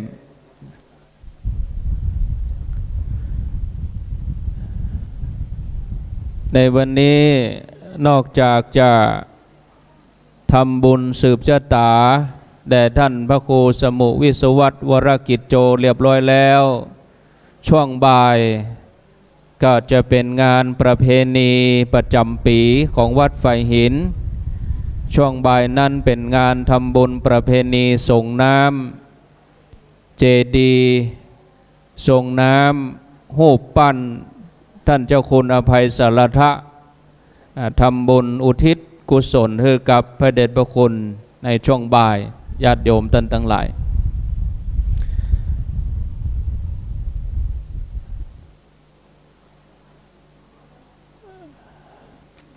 เจริญพรพ่อกำนันสุเชษฐ์ตาคำมาเมื่อจุดเทียนเรียบร้อยสุรเชษฐ์คนเขียนขออภัยพ่อกำนันสุรเชษฐ์ตาคำมาเมื่อจุดเทียนเรียบร้อยแล้วก็ขอเจริญพรได้ประเคนขันตั้งที่ประธานสงฆ์กันเดียวเจ้าหน้าที่เกียมไม้มาตัวเนอะไม้ลอยจะได้ให้พ่อกำนันได้อ่านตาตั้งแล้วก็พระสงฆ์จะได้เจริญชัยมงคลคาถาพ่อกำนันเกณฑ์ขันตั้งกำเนอะที่ประธานสงฆ์เรียบร้อยแล้วบัดนี้จะเป็นการอ่านตาตั้งเจ้าวาดวัดฝ่ายหินเจริญพรพ่อกำนันสุรเชษฐ์ตาคำมาเป็นตัวแทนของชมรมกำนันผู้ใหญ่บ้านท้องถิ่นท้องที่ในตำบลสุเทพได้อ่านตาตั้งเจ้าอาวาสวัดฝ่ายหินขอเจริญพรณบัดนี้ตราตั้งเจ้าอาวาสที่105/2565วันที่1 กันยายน 2565อาศัยอำนาจตามความในข้อ 27 แห่งกฎมหาเถรสมาคมฉบับที่ 24 พ.ศ. 2541 ว่าด้วยการแต่งตั้งถอดถอนพระสังฆาธิการออกตามความในพระราชบัญญัติคณะสงฆ์พ.ศ. 2505 แก้ไขเพิ่มเติมโดยพระราชบัญญัติคณะสงฆ์ฉบับที่ 2 พ.ศ. 2535 จึงแต่งตั้งให้พระครูสมุทรวิสุวัตรฉายาวรกิจโจอายุ59 พรรษา 28 วิทยาฐานะนักธรรมเอกพทบ วัดฝายหินตำบลสุเทพอำเภอเมืองจังหวัดเชียงใหม่ดำรงตำแหน่งเจ้าอาวาสวัดฝายหินตำบลสุเทพอำเภอเมืองเชียงใหม่มีหน้าที่และอำนาจตามพระราชบัญญัติคณะสงฆ์พ.ศ. 2505 แก้ไขเพิ่มเติมโดยพระราชบัญญัติคณะสงฆ์ฉบับที่ 2 พ.ศ. 2535 พระภิกษุสามเณรและคฤหัสถ์ที่อยู่ในวัดดังกล่าวข้างต้นจงอยู่ในโอวาทของเจ้าอาวาสที่ได้รับแต่งตั้งแล้วนั้นซึ่งปฏิบัติโดยชอบด้วยพระธรรมวินัยกฎหมายกฎเถรสมาคมข้อบังคับระเบียบคำสั่งมติประกาศของมหาเถรสมาคมขอจงถึงความเจริญงอกงามไพบูลย์ในพระพุทธศาสนาตลอดกาลนานเทินพระเทพปริยัติเจ้าคณะจังหวัดเชียงใหม่ชยันโตโพธิยามโมเลสักยานางนันทิวัตโนเอวังตวังวิจัยโยโหหิจยาสุจยมังเลอปาราจิตาปันลังเกสีเสปัตวิโภกะเลอภิเสเกสัมภพุทธานังอาคัปปันโตปโมตติสุนักขัตตังสุมังพลังสุปปาตังสุโหติตังสุกันโนสุโมโหตัวจะสุเยทังพระมจาริสุปทากินังกายกรรมังวาจากรรมังปัทากินังปัทากินังมโนกรรมังปเนเตปัทากินาปัทากินานิกัตวานะละพันตัตเถปัทากิเนเชิญทุกท่านได้ตั้งใจไหว้พระสมทานศีลพร้อมกันณบัดนี้ ต่อไปไหว้พระสมทานเบญจศีลนะครับอิมินาสกาเลนะตังพุทธังอภิปูชยามะอิมินาสกาเลนะตังธัมมังอภิปูชยามะอิมินาสกาเลนะตังสังฆังอภิปูชยามะอะระหังสัมมาสัมพุทโธภควาพุทธังภควันตังอภิวาเทมิสวากขาโตภควตาธัมโมธัมมังนามัสสามิสุปฏิปันโนภควโตสาวกสังโฆสังฆังนะมามิต่อไปสมทานเบญจศีลนะครับมะยังพันเตติสะละเนนะสหปัญจศีลานิยาจามะทุติยัมปิมะยังพันเตติสะละเนนะสหปัญจศีลานิยาจามะตาติยัมปิมะยังพันเตติสะละเนนะสหปัญจศีลานิยาจามะนะโมตัสสะภะคะวะโตอะระหะโตสัมมาสัมพุทธัสสะนะโมตัสสะภะคะวะโตอะระหะโตสัมมาสัมพุทธัสสะนะโมตัสสะภะคะวะโต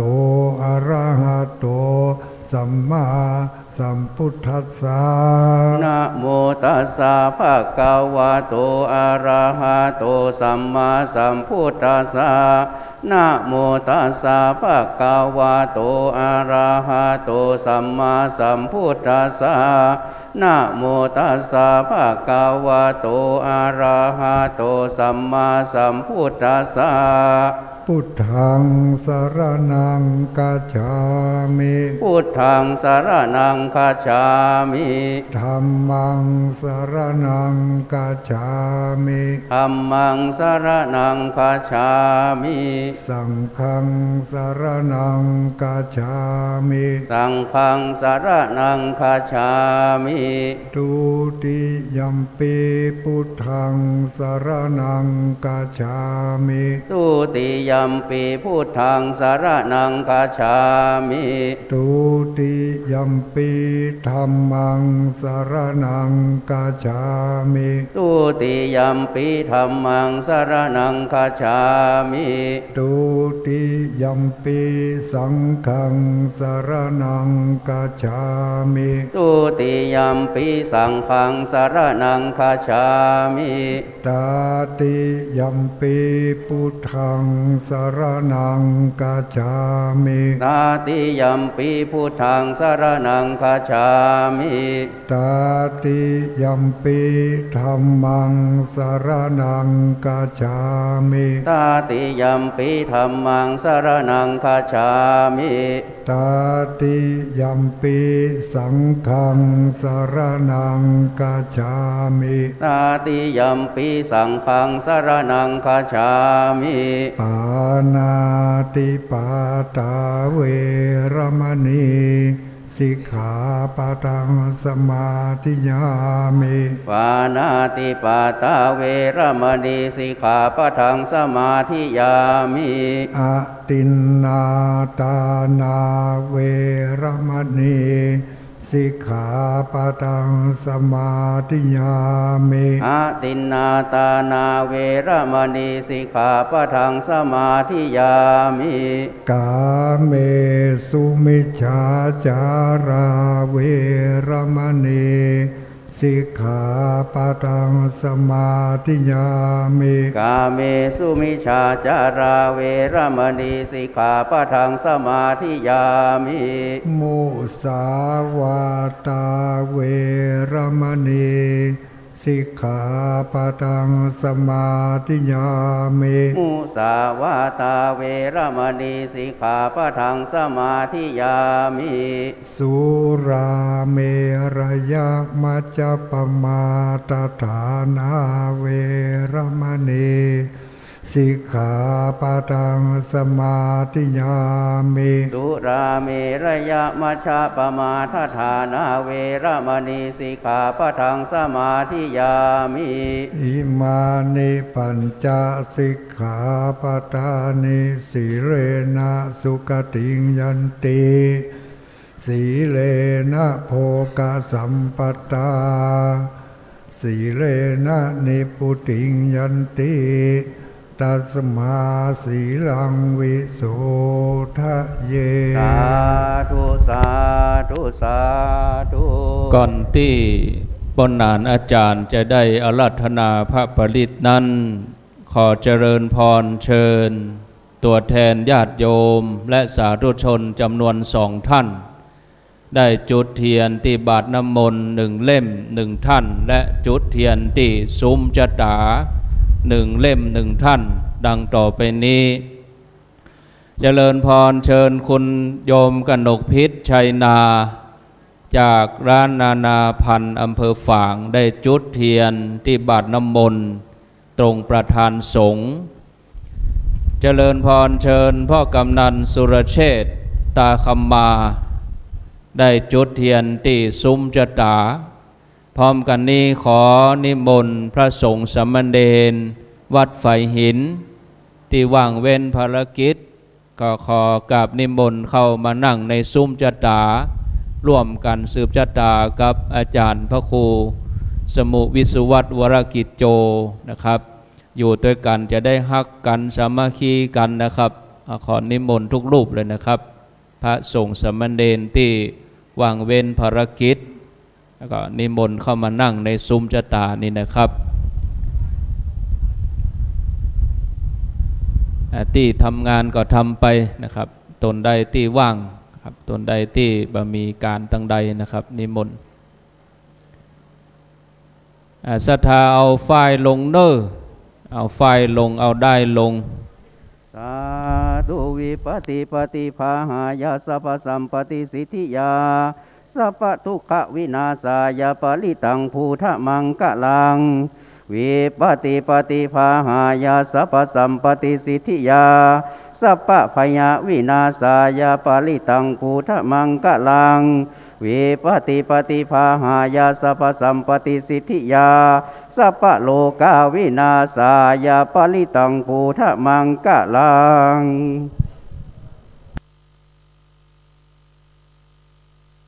ตาอาวิจิตาจิตาปริตังพนันตุสเกกาเมจโลเปสิกิรตเตจันตริเขวิมาเนเทเปละเทจกาเมตรุมหาเนแควัตุมิเขเตอุมมาจยันตุเทวสลวิสเมยกากันทปนาคาติทันตาสันติเกยังมุนิวรวจนังสาตโวเมสุนันโตธัมมสวนาการุยัมปทันตาธัมมสวนาการุยัมปทันตาธัมมสวนาการุยัมปทันตาขออนุญาตครูบาอาจารย์ทุกรูปหลวงพ่อพระครูปฏิพันธ์ธรรมทินได้อนุญาตให้ผมได้นำกับขออนุญาตครูบาอาจารย์ทุกรูปศรัทธานึกดูพุทธรูปหรือดูรูปสังฆปาโมกข์สังฆราชเมืองเชียงใหม่องค์แรกของพวกเราทั้งหลายเป็นสังฆานุสติหรือดูพุทธรูปองค์ใดองค์หนึ่งในขณะที่ครูบาอาจารย์ได้เจริญพุทธมนต์สืบชะตาตุหลวงใหม่นึกเป็นพุทธานุสติเป็นที่จังที่เปิ่งที่ระลึกไปเนอะนึกพุทธรูปองค์ใดองค์หนึ่งกับใจซื่อถึงพุทธเจ้ามันนะโมตัสสะภะคะวะโตอะระหะโตสัมมาสัมพุทธัสสะนะโมภะคะวะโตอะระหะโตสัมมาสัมพุทธัสสะนะโมตัสสะภะคะวะโตอะระหะโตสัมมาสัมพุทธัสสะพุทธังสรณังกัจฉามิธัมมังสรณังกัจฉามิสังฆังสรณังกัจฉามิตุติยัมปิพุทธังสรณังกัจฉามิตุติยัมปิธัมมังสรณังกัจฉามิตุติยัมปิสังฆังสรณังกัจฉามิตติยัมปิพุทธังสรณังกัจฉามิตติยัมปิธัมมังสรณังกัจฉามิตติยัมปิสังฆังสรณังกัจฉามินะโมเมสัมมาพุทธานังตวัตติงสาวาราลักขโนตันหังกโรมหาวิโรเมตังกโรมหายาโสสารานังกโลโลกายโตติปังกโลโจตินดาโลกุตัญโยจันนาปาโมโกมังกโลปุริสาสะโพสุมาโนสุมาโนติโรเรวัตโตราติวัตาโนโสเปโตกุณาสัมปันโนอโนมาตัสสิจานุตตโมปะโตโมโลกาปัจโจโตนารโตวารสารถิปะโตมุตตารโรสัตตาสัลโลสุเมโตอักกะปุกกะโลสุจาโตสัพพะโลกะโคปิยตัสสินาราสะอัตตัสตัสสิการุณิโกธัมมัสตัสสิตโมนุตโธสิทธัตโธอาสัมโมโลเกติโสจะวาลตังวาโลปุตโสจะวาลโตปุตโตวิปัสสิจานุปโมสิกิสัพพะโตสัตตเวสัมโพสุขัดายะโกกะกุสันโตสัตตาวะโหโกนากะมะโนลานันจาโอกัสสะโพสิริสัมปันโนโกตโมสักกายะปุงกาโวอัตตาวิสติสังฆาตาอิเมปุญ มาเอติกาการุณาคุณาสัมปันนาสัพพะโลกาภิปุจิตาเอเตทัสสะปาลาอุตตาอุตตมากะปุกาลาเตปิสังฆโกนังสุงปิติเยอามาตังปาตังเอเตโอตาติตาจามังกาลาโอติสัพพตาตาวิสติเมปุตเตอาหังวันตามิสัพพตาเตสังญาเนนะสิเลนะขันติเมตตาภาเลนะจเตปิโนอนุรักขันโตอาโลกายเยนะสุเกนะจัตตาวิสติเมปุตเตโยนะโรสารนังกาโตกปานิสัตตสังสานิทุกขติงโสนาคัจจติอัตตาวิสติพุทธปาลิตังนะโมอะระหะโตสัมมาสัมพุทธัสสะมะเหสีโนนะโมอุตตมะธัมมัสสะสาวกตาเสวะเตนิธานะโมมหาสังฆัสสะเปวิสุทธาสีลาติติโนนะโม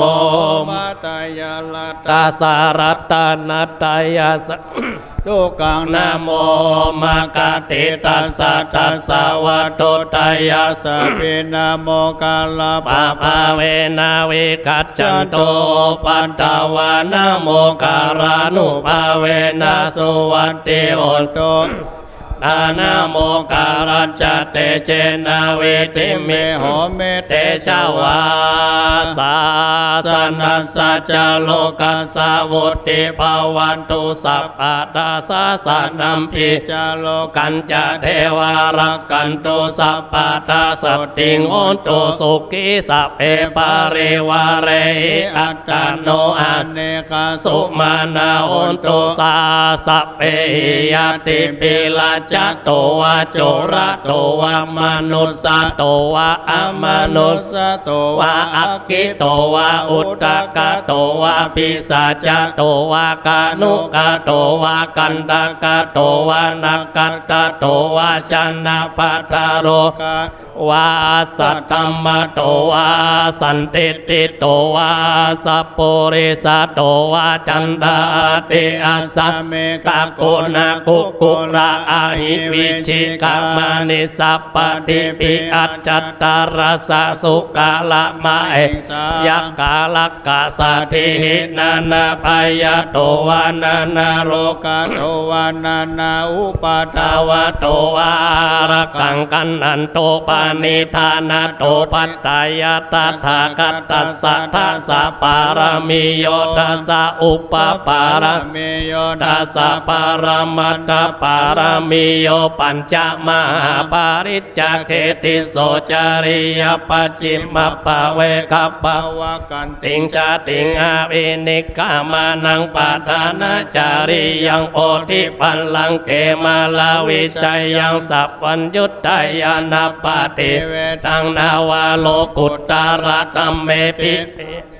เมบุตตาคุณเนอาวัจจิตวาเวสาริยติสุปกาลันตาเรสุติยามารติงปาริตังการุณโตอายะอานันตเตโรวิยาการุญญาจิตตังอุปัฏฐาเปตวะโกติสัตตาสาเสสุจักกาวาเลสุเทวตายาสนัมกังอันติยัญจเวสาลิยัมปุเรโรคามนุสสะทุปิกาสัมปุตตันติวิธรรมอายังกิปะมันตาเปสิปาริตันตัมปนามเหอาเสวนาจะปาลานังบันติจะเสวนาปูจาจะโอจานิยานังเอตัมมังคาลามุตปฏิรูปเทสาวาโสจะปุเปจะกะตะอุญญาตาตาสัมมาปานิติจะเอตัมมังคาลามุตตมังภาอุสัจจันจะสิปัญจวินัยโยจะสุสิกิโตสุภาสิตาจะยาวาจะเอตัมมัง ลามุตตามังมาตาปิโตปัตตานังปุตตะตารัสสะสังฆาโหอานากุลาจักขัมมันตาเอตัมมังกลามุตตามังทานันจะธัมมจาริยาจยตากานันจะสังฆาโหอานาวัจจานิกัมมานิเอตัมมังกลามุตตามังอารติวิรติปะปะมัจจปานาจะสัญญาโมอัปปมาโทจะธัมเมโสเอตัมมังมุตตามังกาลาโวจะเนวะโตจะสันตุติจะกะตัญยุตากาเลนะธัมมัสสาวานังเอตัมมังกาลามุตตามังขันติจะโสวะจัสสัตตาสมานานันจะทัสสานังกาเลนะธัมมัจจากะจเอตัมมังกาลามุตตามังตะโปจะพรหมจาริยัญจาริยสัจจานะทัสสานังนิพพานาจัจจิกิริยาจเอตัมมังกาลามุตตามังพุทธัสสะโลกะธัมเมจิตตังยัสสนะกัมปะติอโศกังวิราชังเกมังเอตัมมังกาลามุตตามังเอตาติสานิกัตตวานาสัมปันธัมมะปาราชิตาสัมปันตโสติงติตันเตสังมังกาลามุตตามันติมหามังกาลาสุตตังยังกินชีวิตตังอิทาวาหุลังวาสังเกสุวายลัตตานัมปานิตานาโนสัมมังอติตาตากาเตนะเอตัมเปปุตเตรัตตานังปานิตังเอเตนะสัจเจนะโสวัตติโอนตุกายังวิรากังอามาตังปานิตังยัตตัสสะกะสักกายมุนิสัมมาอิโตนะเตนะธัมเมนะสัมมาติกินจิธัมปิธัมเมรัตตานังปานิตังเอเตนะสัจเจนะโสวัตติโอนโตยัมพุทธเสถโทปาริวันนะยิสุจิงสมาธิมานัญจาริกัญญามาโอสมาธินาเตนะสัมโมนาวิจจติธัมปิธัมเมรัตตานังตังเอเตนะสัจเจนะโสวัตติโอนโตยัมพุทธเสถโตปาริวันนะยิสุจิงสมาธิมานัญจาริกัญญามาโอสมาธินาเตนะสัมโมนาวิจจติธัมปิธัมเมรัตปานิตังเอเตนะสัจเจนะโสวัตติโอนโตเยปุกาลาอัตตาสัตตังปัสสัตจัตตาริเอตาริโยกานิโหนติเตตักกินัยยาสุกัตตัสสะสาวกาเอเตโสเทนะเนมหาปาลานิตัมปิสังเกรัตตานังปานิตังเอเตนะสัจเจนะโสวัตติโอนโตสุปายุตตามานาลาลาเอนานิกามิโนโกตามาสาสนัมมิเตปฏิปัตตามาตังเวไกหัลัตตาโมตานิปุติงปุญจามานาอิตัมปิสังเกรัตตานังปานิตังเอเตนะสัจเจนะโสวัตติโอนโตกีนังปุรานังนาวังนาติสัมภาวังวิรัตจิตายติเกภวสเมงเตกินาวิชาเวลุลายจันตานิปันติติรายาทายัมปะติโพอิธัมปิสังเกรัตตานังปานิตังอิเตนะสัจเจนะโสวัตติโอนโตการณิยมัตตกุสเลนะยันตังสันตังปะตังอภิสัมเมจัสสะโกสุจะโสสุจะ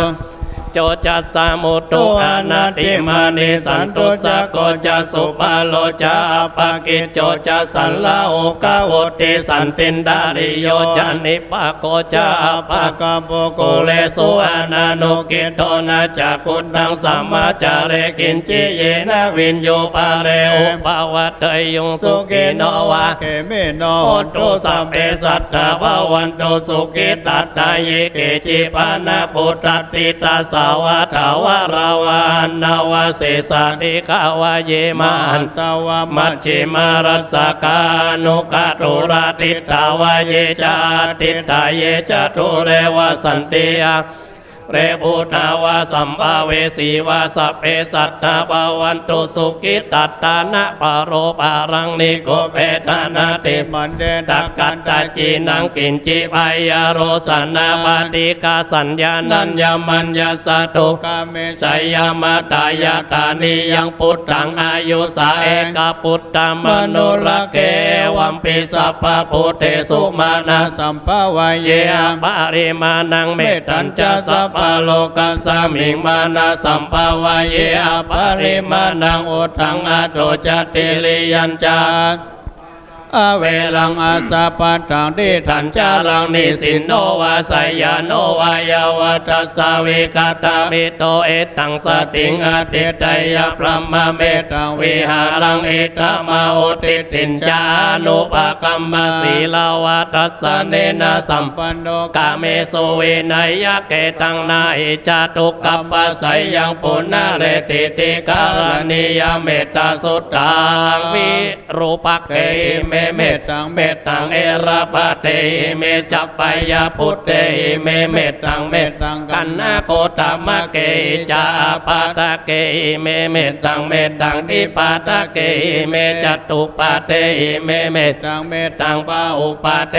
เมมามังอาปาตะโกอิงสีมามังอิงสีทิปาตะโกมามังจัตุปาโตอิงสีมามังอิงสีปาอุปาโตสัพเพสัตตาสัพเพปานาสัพเพอุตจักเกวาลาสัพเพอัตตารานิปัสสันตุมากินจิปะปะมะกัปมาอัปปะมาโนพุทโธอัปปะมาโนธัมโมอัปปะมาโนสังโฆปะมานะวันตานิสิลิงสัพพานิหาเอวิจิกาสัตตาปฏิอุณนานาเอสระโพโมสิกาคัตตาเมระกาคัตตาเมปาริตาปฏิกามันตุปุตานิโสหังนะโมภะคะวะโตนะโมสัตตันนังสัมมาสัมพุทธานันติอุเทตยัญจักขุมาเอกราชาริสาวันโน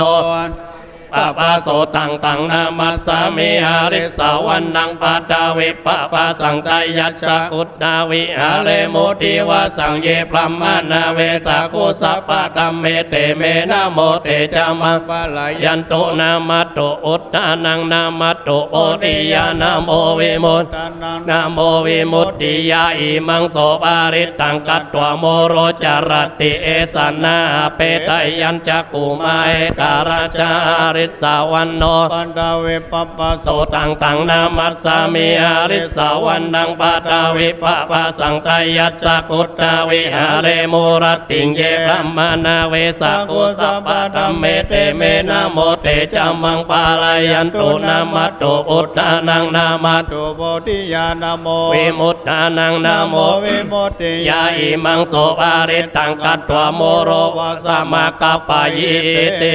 อัตติโลเกศิลาคุโนสัจจังโสจยานุตตยเตนะสัจเจนะกามิสัจจกิริยามนุตตรังอาวจิตตวธรรมปาลังสาริตวอุปเกจิเนสัจจปาลมาวาสยสัจจกิริยามากาสังสันติปะกาปัตตานาสันติปัตตาวันจานามาตาวิตาจานิกันตาจัตตเวตาปฏิกามาสัจสัจเจกะเตมยังมาปัจจาริโตสิเกวัจเจสิโสรสการินิอุตตะกังปัตตวายตาสิกิสัจเจนะเมสามโมนัตติเอ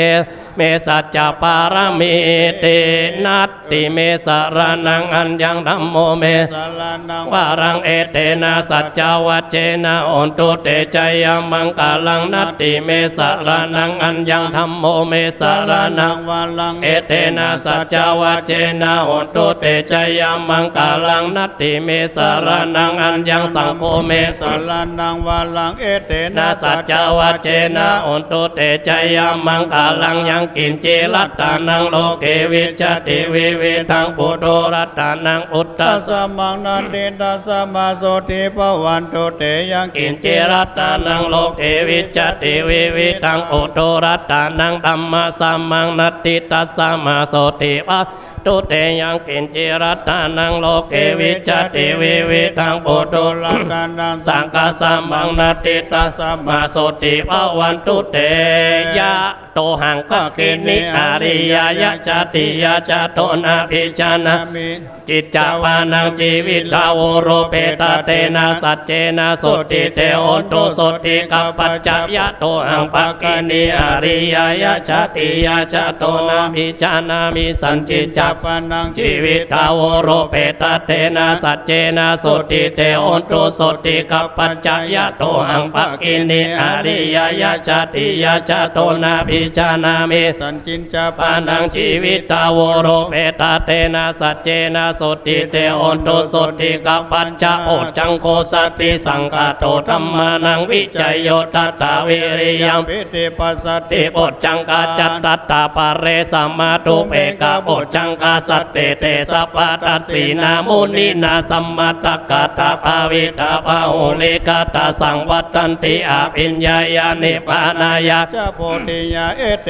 นะสัจจวัจเจนะสุติเตโอนตุสัพพะทาเอกัสสมิงสามาเยนะโถโมคัลลานันจักกัสสะปังกีลาเนตุกิเตติสวาปุชังเกสัสสะเตไสเตจัตตังอาภินันติตวาโลกามุนจิงสุตังคเนเตนะสัจจวัจเจนะสุติเตโอนตุสัพพะทาเอกาธาธรรมราชปิเขลันเยนะปิปิติโตตุนดัตเทเรนะตัญเยวะปานาเปตวานาสาราตังสัมโมทิตวาจาปาตาธัมมาอุตตาสิธานาโสเอเตนะสัจจวัจเจนะสุติเตโอนตุสัพพะตาปะเอนะเตจาปาตาตินนันนัมปิมาเอสินังมัคคาตะกิเลสาวะปัตตานุปัตติธรรมตังเอเตนะสัจจวัจเจนะสุติเตโอนตุสัพพะตา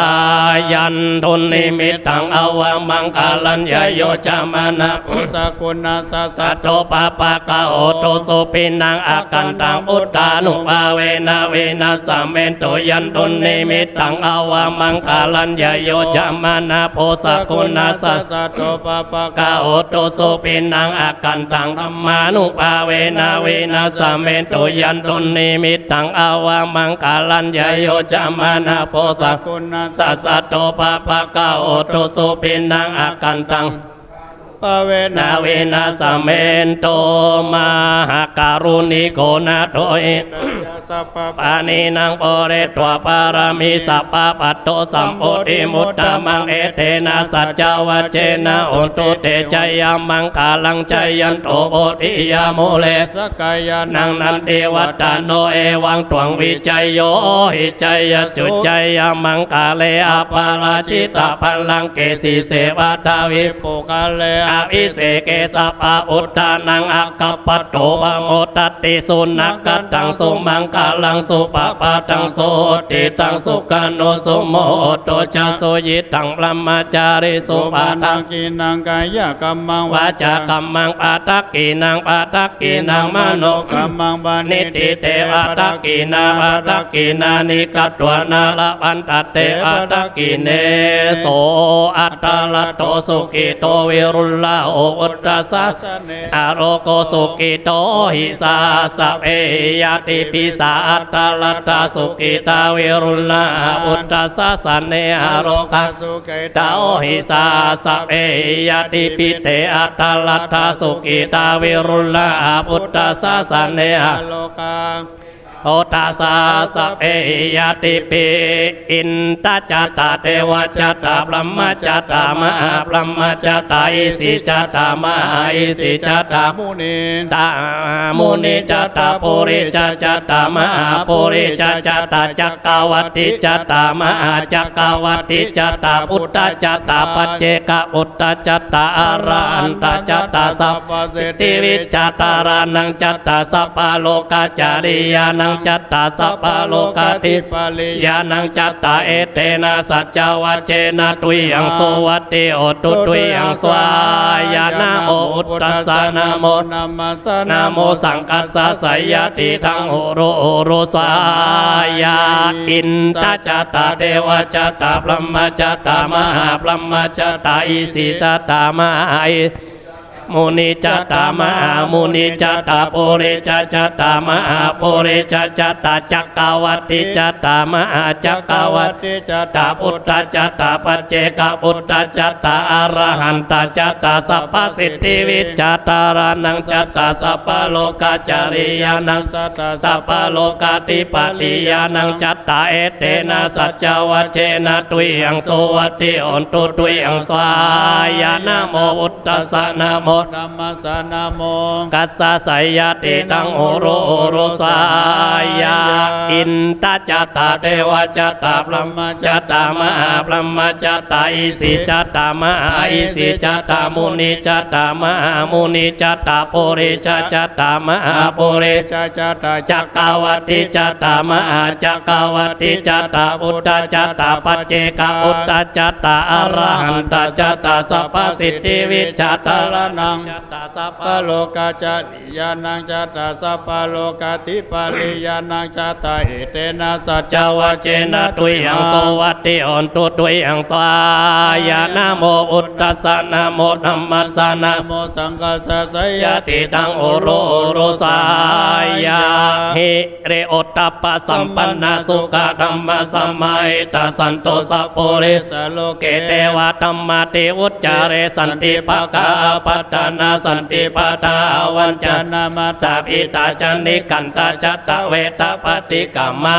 ชายาสนากาตาอุตตเจตวมาลังสาวานังจตุสัจจังมัทราสังเยปิวิงสุนาราสัพตนังการาดโยอุตตาตาวิสตินายกาสเปปติติตาเมหังมัตตะเกเตมุนิสาลาสีเสปติติโตเมหังพุทโธธัมโมทวิโลจาเนสังโฆปติติโตเมหังโอเลสัพพคุณากโรอัตตเยเมอนุรุตโตสาเรอุตโตจาตักกิเนโกตัญโยอิติปักกัสสมิงโมกขัลลาโนจาวามะเกตักกิเนสาวะเนมยังอาสุงอานันดาลากัสสะโปจามานาโมอุปาสุงวามาโสตะเกเกสันเตปิติปักกัสสมิงสุริโยวะปะปังคาโลนิสินโนสิริสัมปันโนโสภิโตมุตโมกุมารักกัสสะโปเทโรมาเอจิตรวาทโกโสไมอังวัตตานินิจังปาติตาสิคุณนากาโลปุณโนอังคุลิมาโลจะอุปาลีนันตาปาลีเมปัญจมหาเทลานาลาเตติลากามามาเสสาสิติมหาเทลจิตาวันตาจิโนลาสาสลันตาจิลาเตเชนังคับ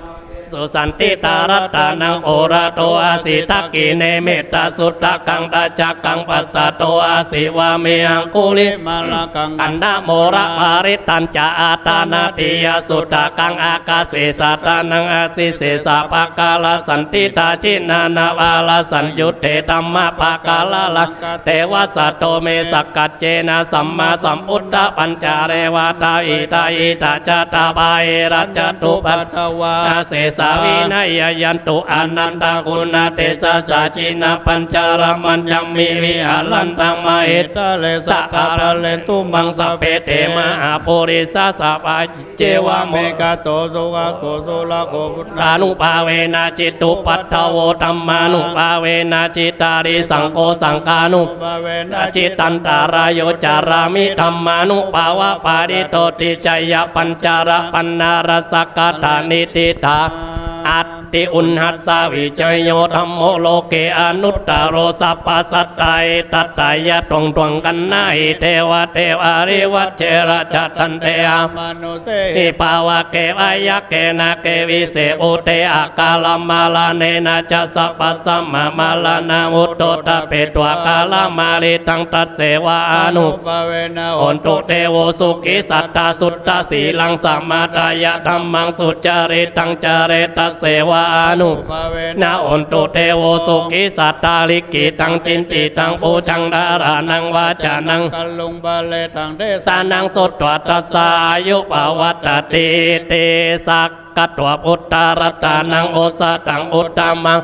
หิตังเทวมนุสสานังอุตตเตเจนะสตินานัสสันตุปัตตาวาสัพเพทุกขาอุปสัมเมตุเตสักกัตถวธัมมารัตานังโอสะตังอุตตมังวารังปาริราอุปสัมมานังธัมมเตเจนะสตินานัสสันตุมนาวาสัพเพมายาอุปสัมเมตุเตสักกัตถวสังการัตตานังโอสะตังอุตตมังวารังอาหุนายยังปาหุนายยังสังฆเตเจนะสตินานัสสันตุปัตตาวาสัพเพโรกาอุปสัมเมตุเต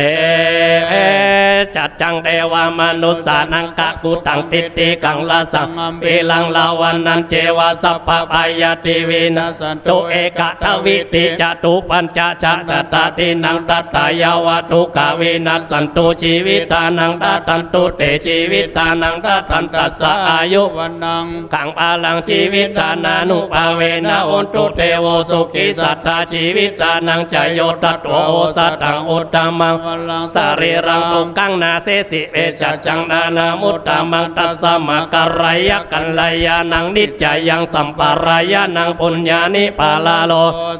ปาติตาโอนติปานินังอิมินาชีวิตาเนนะตุมากังกิงภาวิสติติกายุกาสัตตาโอนตุสุกิตาโอนตุสัพพะตโยโสตตาติสกัจจังศีลาวันติสุตาติสุนานาตานังวารังตัตถวชีวิตานังมะอัปปาลังเอวังมาอิติกาเอสายะติตังบุญญาสังตัสสมาติราภาสังสันติปันติตากตาบุญญาติอติอุณัสสาวิจโยนิติโตสิริติติมาติเตโจจยสิทธิมาอิติมาคุณาปาริ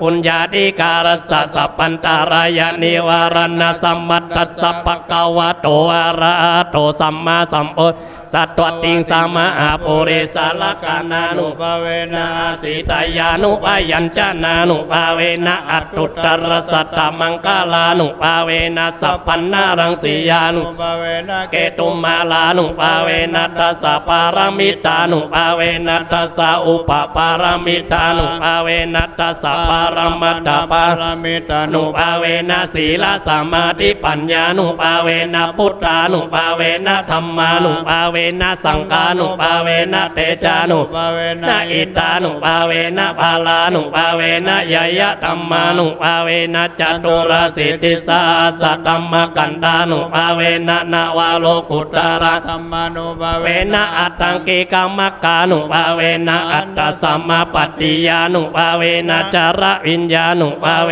นะจตุสัจจยานานุเอนะทัสสะภาลายานานุภาเวนะสัพพัญญุตยานานุภาเวนะเมตตาการุณาโมทิตาอุเบกานุภาเวนะสัพพปาริตานุภาเวนะรัตตนัตยสารนานุภาเวนะตุยังสัพพโรกโสกุปัตตาวะทุกขโทมานะ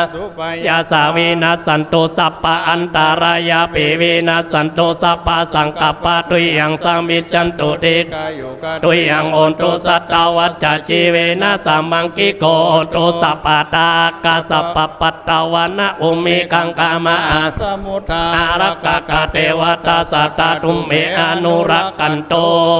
พุทโธมังคลาสัมพุทโธสัมพุทโธติปตุตตโมพุทธมังคลาสัพพทุกขาปมุญจเลธัมโมมังคลาสัมพุทโธกัมเมโรตุตตะโสอนุธัมมะมังคลามะกัมมะสัพพยาปมุญจเลสังโฆมังคลาสัมพุทโธทักขินโยอนุตตโรสังฆมังคลามะกัมมะสัพพโลกาปมุญจเลทุกขปัตตาจันนิทุกขพยาปัตตาจันนิพยาโสกปัตตาจันนิโสกาวันตุสัพเพปิปานิโนเอตวัตตาจะอัมเอสัมปะดังปุญญาสัมปะดังสัพเพเทวานุโมทันตุสัพพสัมปติสิทธิยาตานังดัตตันตุสัตตยาสีลังลักขันตุสัพพตาภาวนาวิราตาโอนตุกัจจันตุเทวตาคาตาสัพเพพุทธาภาลปัตตาปัจเจก การนันจะยังบาลังอาลาอันตานันจะเตเจนัลลักขังบันดามิสัพพโสภวัตตุสัพพมังคลังลักขันตุสัพพเทวตาสัพพพุทธานุภาเวนัสสัตตสุธีภวันตุเตภวัตตุสัพพมังคลังลักขันตุสัพพเทวตาสัพพธรรมานุภาเวนัสสัตตสุธีภวันตุเตภวัตตุสัพพมังคลังลักขันตุสัพพเทวตาสัพพสังฆานุภาเวนัสสัตตสุธีภวันตุเตนักกัตตยกะอุตานังปะภะกะหานิวารณาปริตตัสสานุภาเวนะอันตวเตสังอุปัตตเวนักกัตตยกะอุตานังปะภะกะหานิวารณาปริตตัสสานุภาเวนะอันตวเตสังอุปัตนักกัตตยกะอุตานังปะภะกะหานิวารณาปริตตัสสานุภาเวนะอันตวเตสังอุปัตตเวสุโกพุทธานังอุปาโตสุขสัตตัมมะเทสนาสุขสังคัสสะสัมมกีสัมมกานังโกกัตติโยเสโตจันเนตัสสมิงเยโกตัปปติจายโนวิจจารณะสัมปันโนโสเสโตเทวมนุสเสติวัตตปฏิอติโจรติมาปฏิจันติมาสันนโตกัตติโยตัปปติจายตปฏิบรมโนอัตตสัพพมโหลันตังอุตโตตัปปติเตสะสาอะโรกัญญาปะละมาลาภาสันตุติปรมังวิสาสะปรมายาตินิพพานังปรมังสุขัง ธุสาธุสาธุศรัทธาเอาได้เขียนไว้ที่เดิมยังบ่ต้องดึงเตือนเนอะม้วนไว้ที่เดิมก่อนช่วงที่พ่อนานอาจารย์ได้สุมาควตานขอนิมนต์ท่านพระครูสุเมธธรรมเสวีได้ประพรมน้ำพุทธมนต์คือกับท่านพระครูสมุวิศวัตวรกิจโจและศรัทธาญาติโยมนิมนต์พระสงฆ์เจริญชัยมงคลคาถา1จบครับแล้วก็พ่อนานจะได้สุมาควตานลวดกันไปเลยนะครับศรัทธาม้วนได้แล้วก็นั่งที่เก่าเด้อครูบาอาจารย์จะได้ประพรมน้ำพุทธมนต์นิมนต์ครับจะสมัครกำยอครับกำยอขึ้นอหังวันตามิสัพพวัตถุตานังสัพพังโตสังฆมัตเมพันเตสาธุสาธุโอกาสกะเตปฏิทารัตนาปานเทวะเกียวเจ้าทั้งสามประการจยมังกะเลอปะลาจิตาปัลลังเกสิเสปตาเวโปกะเลอปิเสเกสัพพพุทธานังอากาปโตนาการตังสุมังกัลังสุปปะตังสุติตังสุกาโนสุโมโตจะสุยิตังพระมจาริสุกายกรรมังวาจากรรมังบาดากินังบาดากินังมโนนิทิเตบาดากินานิกัตวานะตัทเถบาดากินเนอหังวันตามิสัพพวัตถุตานังสัพพังโตสังฆมัตเมพันเตสาธุโอกาสกะแต่ปฏิทละรัตนาผ่านแผ่วพระแก้วเจ้าทั้งสามประการส่วนอาจจะในวันนี้ก็เป็นวันดีที่อันวิเศษเหตุว่าเดือน8เหนือออก2 ค่ำก็มาจุจอดรอถึงตังยังสมณะศรัทธาและมูลศรัทธาทั้ง2คณนาหุนแห่งห้องปลายไม่มีท่านพระครูสมุวิศวัตวรกิจโจท่านเจ้าอาวาสวัดฝ่ายหินเป็นเป็นประธานกับตังภิกษุสงฆ์สามเณรภายในวัดฝ่ายหินภายนอกไม่มีคณะศรัทธาพ่อแม่พี่น้องกูคนจุน้อยใหญ่ใจยิงก็ปากันสนงคงควายตกแต่งแปลงพร้อมน้อมนำมายังถูปะปูผาลาจาดวงดอกเขาตอกดอกไม้และลำเทียนกับตังไตญาวัตถุตานมากระทำบุญเนื่องในงานทำบุญสืบโหราชะตาของท่านอาจารย์พระครูสมุวิสุวัตวรกิจโจท่านเจ้าอาวาสวัดฝ่ายหินกับการทำบุญส่งน้ำอัฐิครูบาเจ้าอภัยสารทะบัดนี้ก็เป็นการบรมวลดีพร้อมเพื่อจักยืนน้อมถวายคือเป็นตาล ผู้ข้าตั้งหลายจึงมีบุพาบานดวงดอกเข้าตอกดอกไม้และลำเตียนกับน้ำสุกันโตตะกะเพื่อจักขอสุมายังสปะวัตถุตานอันมีหลายหลากสปะพร้อมภาคเสียงจุอันด้วยดังผู้ข้าจักเว้นวางกล่าวไว้ยามเมื่อมูลสัตตาผู้ข้าตั้งหลายได้ตกแต่งห้างซึ่งของตาลหลอนมีจิตใจบ่ชื่นบ่บานมัวมืดได้กล่าวกำลังลืดโมโหนับปาโลออกปากเป็นกรรมกายหยาบวจีกรรมอันหนึ่งก็กลัวพิษจากกองธรรมสามสิ่งคือบุพเจตนายิ่งบ่ได้บังเกิดขึ้นในใจมุนจะนาเจตนาหลอนมีจิตใจบ่ข่าวใสผ่องแผ้วอัปปลาปากาเจตนาอันใดหือตาแล้วบ่มีใจจมชื่นและยินดีบ่มีปีติใสจืนต้องหลอนดาได้เกี่ยวข้องโดยโลภะมาเจรธรรมผู้ข้าก็กลัวเป็นโตสกรรมมาติดแปดจึงได้แกวดขอสุมาขอปฏิทละรัตนาภายโพธสปวัตโตษหมู่เวรกรรมขออย่าได้เป็นนิวรณธรรมกรรมอันแก่นกล้าอันจักหามเสียยังอันจักขึ้นสู่จันฟ้าแก่เนรปานขอกายเกิดเป็นอุตตมตานอันประเสริฐหมดใสแก่มูลสัตดาผู้ข้าทั้งหลายนั้นจุงจักมีเตียงแต่ดีลีโดยดังผู้ข้าจักสุมาตามมากถาภาษาบาลีว่ากาญาตัวเล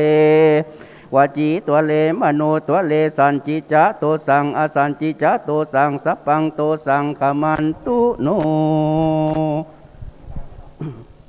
ต่อไปนะครับได้ตั้งนะโมพร้อมกัน3จบนะครับเพื่อจะกล่าวคำถวายจตุปัจจัยทายธรรมนะครับนะโมตัสสะภะคะวะโตอะระหะโตสัมมาสัมพุทธัสสะนะโมตัสสะภะคะวะโตอะระหะโตสัมมาสัมพุทธัสสะนะโมตัสสะภะคะวะโตอะระหะโตสัมมาสัมพุทธัสสะอิมานิมะยังพันเตจตุปัจจยานิสัปปริวารานิภิกขุสังคัสสะโอโนชยามะสาธุโนพันเตภิกขุสังโฆอิมานิจตุปัจจยานิสัปปริวารานิปฏิคันหันตุอัมหากังทีฆรตังหิตายะสุขายะข้าแต่พระสงฆ์ผู้เจริญข้าพระเจ้าทั้งหลายขอน้อมถวายซึ่งจตุปัจจัยทายธรรมกับทั้งบริวารทั้งหลายเหล่านี้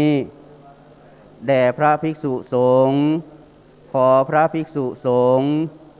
โปรดรับซึ่งจตุปัจจัยทายธรรมกับทั้งบริวารทั้งหลายเหล่านี้ของข้าพระเจ้าทั้งหลายเพื่อประโยชน์เพื่อความสุขเพื่อความเจริญแก่ข้าพเจ้าทั้งหลายและขออุทิศถวายแก่อดีตเจ้าอาวาสวัดฝายหินทุกรูป 1. ครูบามารวิชัยพระอภัยสารทะพระประหลัดคำสาวอินทนันโทพระอธิการศรีมูลยานวโรครูบาแดงพระศรีธรรมบัณฑิตและครูบาอาจารย์ทั้งหลายตลอดสิ้นกาลนานเทินสาธุ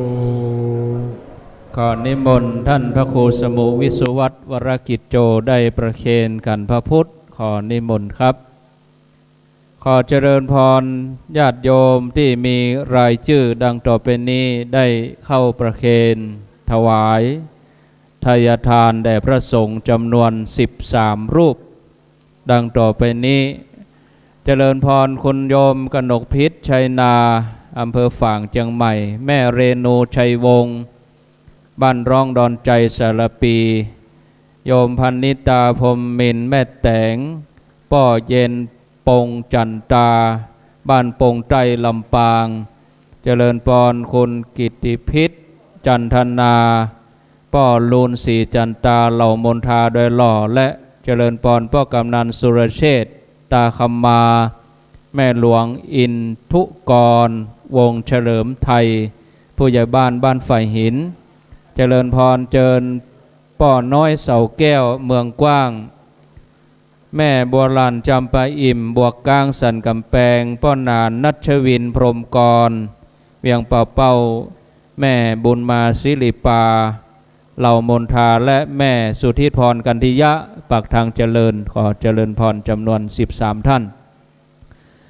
ที่จะได้มอบปฏิกาละให้กับป้อนานอาจารย์มคณายกเจริญพรแม่น้อยอินยาสีขอเจริญพรแม่น้อยอินยาสีได้มอบปฏิกาละคือกับป้อนานทางนี้ก็มีเนอะแม่หลวงเนอะที่หลวงพ่อหันก่อนป่อไปที่หลวงพ่ออันนี้แม่หลวงมานี่มาตังเพก็มีแหม2 ตนเนอะโยมที่ยังบ่ได้เกณฑ์เตื้อเข้ามาประเคนเวลาก็พอดีเลยแม่โบราณมาเกณฑ์ที่ท่านพระครูแม่ทองคำพรหมมินทร์ขอเจริญพรเลยมาตรงนี้ประเคนเรียบร้อยแล้วก็เวลาเหลือน้อยประมาณสัก 7-8 นาทีก่อน 11 โมงก็จะได้นิมนต์ท่านพระครูปฏิภาณธรรมทินได้สัมโมทนียกถาอนุโมทนาแล้วก็แสดงมุทิตาจิตต่อท่านพระครูสมุวิสุวัตวรกิจโจและอนุโมทนากับศรัทธาญาติโยมทั้งหลายตอนบ่ายก็ยังบ่ต้องฟังปิกเตนเนอร์ญาติโยมมีกิจกรรมแถมกิจกรรมหนึ่งคือพระสงฆ์อีกชุดหนึ่งพระสงฆ์อีกชุดหนึ่งในตำบลสุเทพพระมหาเถระในตำบลสุเทพเขต 1 เขต 2เกือบ20 รูปเกือบ20 รูปจะเดินทางมาช่วงบ่ายก็จะได้ส่งน้ำพระธาตุส่งน้ำอาทิกูกระดูกครูบาอาจารย์ต่อไป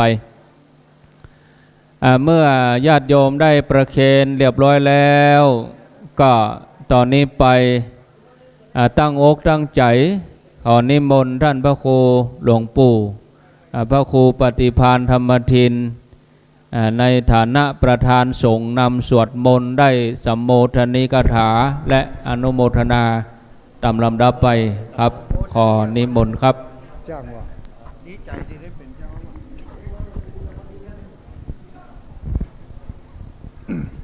ขอนอบน้อมองค์สมเด็จพระสัมมาสัมพุทธเจ้าพระนมัสการพระอภิวาทพระสัทธรรมเจ้านมัสการพระอริยสงฆ์เจ้าขอถวายความเคารพท่านเจ้าท่านครูบาไพศาลวิแม่กันแล้วผู้ครูบาอภัยสารตะแล้วก็ท่านขอเคารพท่านอดีตเจ้าอาวาสวัดฝ่ายหินทุกรูปทุกตนทุกองค์ขอเรียนท่านพระคุณเจ้าทุกตนทุกองค์ที่ได้มาร่วมกิจกรรมในวันนี้วันนี้ก็ขอแสดงความยินดีอนุโมทนาสาธุโดยท่านพระครูวิสุวัตรวรกิจโจที่ได้รับตราตั้งตำแหน่งเจ้าอาวาสวัดฝ่ายหินที่นี่โดยถูกต้องสมบูรณ์แบบตามประเพณีนิยมขออนุโมทนากับศรัทธาญาติโยมทุกคนทุกท่านที่ได้มาร่วมกันแสดงความมุทิตาสักการะแสดงความชื่นชมยินดีกับท่านเจ้าอาวาสองค์ใหม่ของเราที่จะได้บริหารงานพระพุทธศาสนาให้เจริญรุ่งเรืองยิ่งขึ้นไป ในช่วงนี้ก็เป็นช่วงที่เทศกาลปีใหม่ก็ยังบัดสิ้นสุดเตื้อเพราะฉะนั้นตัวลุงก็คงจะว่าอันอย่างไปนักก็คงบ่ได้เพราะตัวลุงเนี่ยถ้ามันได้ติดลมแล้วมันยาวก็จะขอบอกให้เห็นน้อยว่าวันนี้หลังจากเสร็จที่นี่แล้วก็ต้องรีบกลับที่เวียงป่าเป้าเพราะว่าที่เวียงป่าเป้านั่นที่วัดป่างิ้ววันนี้เป็นนัดพระสงฆ์องค์สังฆเจ้าพระครูบาอาจารย์ตลอดจนถึงเจ้าอาวาสทุกวัดไปพบกันที่วัดป่างิ้วแล้วก็จะมีการการวะดำหัวครูบาอาจารย์ตนเฒ่าตนแก่กันที่วัดป่างิ้วหันเวลาบ่ายโมงครึ่งของวันนี้ทุลงก็มาที่นี่ก่อนเพราะมากึศใจถึงครูบาท่านเจ้าอภัยสารตะนี่เมื่อบะเมินบานานมานี่พศ2450ท่านครูบาเจ้าเพิ่งเคยไปที่วัดเวียงป่าเป้าไปแต่งตั้งพระครูยติวัดวิมลครูบาสมภมิตรให้เป็นเป็นรองเจ้าคณะแขวงเวียงป่าเป้าเพราะก่อนพศ2452นี้เวียงป่าเป้าการปกครองคณะสงฆ์ขึ้นกับเชียงใหม่เปิดก็เลยไม่ได้ไปแต่งตั้งเจ้าคณะแขวงที่วัดศรีสุทธาวาสแล้วก็ท่านเจ้าคณะแขวงรูปนั้นเป็นผู้ที่ไปบูรณะปฏิสังขรณ์สร้างวัดม่อนจอมพอก็ได้ด้วยความเคารพสำนึกในความกรุณาเมตตาของท่านเขามาคิดพอว่าสมัยนั้นเปิดเจียจะได้ไปอายุเป็นก็70 ปลาย80ก็ประมาณนั่นเนาะเพราะเปิดมรณะพศใดนะพศอายุเป็น83แต่พศ2450เป็นจะอายุเท่าใดก็ประมาณสัก70-80เหมือนกันเนาะก็ประมาณถ้าอย่าปอกับเดินตุลุงนี่แหละตุลุงกับปอกันกับเปิ้นอายุนะไม่ได้อู้ถึงอย่างอื่นกาตัวเลขอายุได้สุมาอันนี้ก็ขออนุโมทนากับญาติโยมทุกคนทุกท่านเนอะวันนี้ก็ไม่ได้มาได้เนอะเอาอาหารการกินติดไม้ติดมือมาโดยเพื่อจะได้อุทิศส่วนบุญส่วนกุศลไปให้เทวบุตรเทวดาโดยก็เดี๋ยวก็พากันจิ้มพอเนอะมียำปีมีแกงปีแกงหยวกยำใบเมี่ยงซาป่าแล้วก็มีน้ำหวานนี่ในของวัดฮ่องกูอันนี้ก็เอามาพอกมาหอมกันเพื่อจะได้พี่น้องบ้านเฮาได้มาร่วมกันทุกที่ทุกทางได้ชิมรสชาติของอาหารที่จะได้แตกต่างกันก็ขออนุโมทนาครับคงจะบ่มีอย่างนักไปกว่านี้ก็ขอบพระคุณธรรมพระคุณเจ้าทุกรูปทุกตนทุกองค์ที่ได้มาแสดงมุทิตาแก่ธรรมพระคุณเจ้าที่น้อยที่อายุน้อยกว่าก็เรียกว่ามุทิตาสักการะธรรมพระคุณเจ้าที่อาวุโสของมุทิตาจิตขอแสดงความชื่นชมยินดีด้วยจะได้เป็นที่จังที่ปึ่งของกลุ่มคลื่นสีขาวต่อไปในวันหน้าขอขอบคุณครับอนุโมทนาสาธุเจริญพร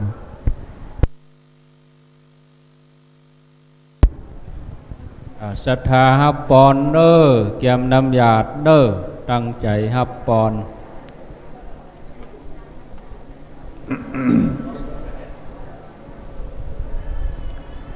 เอวังโหตุสัมปติสามิดีและอาจารย์ในวันนี้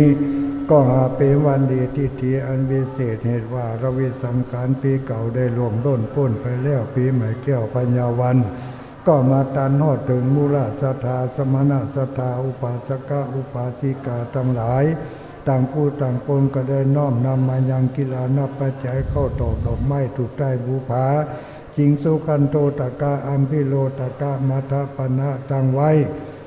เพื่อจะได้แสดงมุทิตาสักการะแด่เจ้าท่านพระคุณเจ้าอเมนามชื่อว่าท่านพระครูวิสุวัตวรกิจโจที่ได้รับตำแหน่งเจ้าอาวาสบริหารวัดวาศาสนาได้ถูกต้องตามขนบธรรมเนียมประเพณีในวรดีถีที่ปีเก่าได้ล่วงพ้นไปแล้วปีใหม่แก้วพญาวันมาตันนอดถึงในวันนี้พร้อมกันนั้นก็ได้พากันน้อมนำมายังข้าวน้ำโภชนาอาหารกีฬานับปัจจัยตายวัตถุธรรมมัทปนาถวายเป็นทานขอกุศลผลบุญวันนี้ได้ปกปักรักษาให้ท่านทั้งหลายจงได้ประกอบไปด้วยสลีติกาอายุวันนะสุขภาละแม่นว่าจักหิจักหาจักกล้าจักขายจะปฏิบัติศีลธรรมกรรมฐานสิ่งใดก็ขอให้ได้ดังใจมุ่งมาปรารถนาไปจุย่างจุอันจุผู้จุคนนั่นจุงจักมีตามบทบาทคาถาบาลีเตสนาว่ายะถาวารีวหาปุราปาริปุเรนติสาการังเอวเมวะอิโตตินังเปตานังอุปกปติอิชิตังปฏิตังตุมหังกิปะเมวะสมิจจตุสัพเพปุเรนตุสังคปาจันโทปนรโสยะถามณิโชติระโสยะถาสัพพิติโยวิวันจันโตสัมปโรโคเวนัส สัตตุมาเต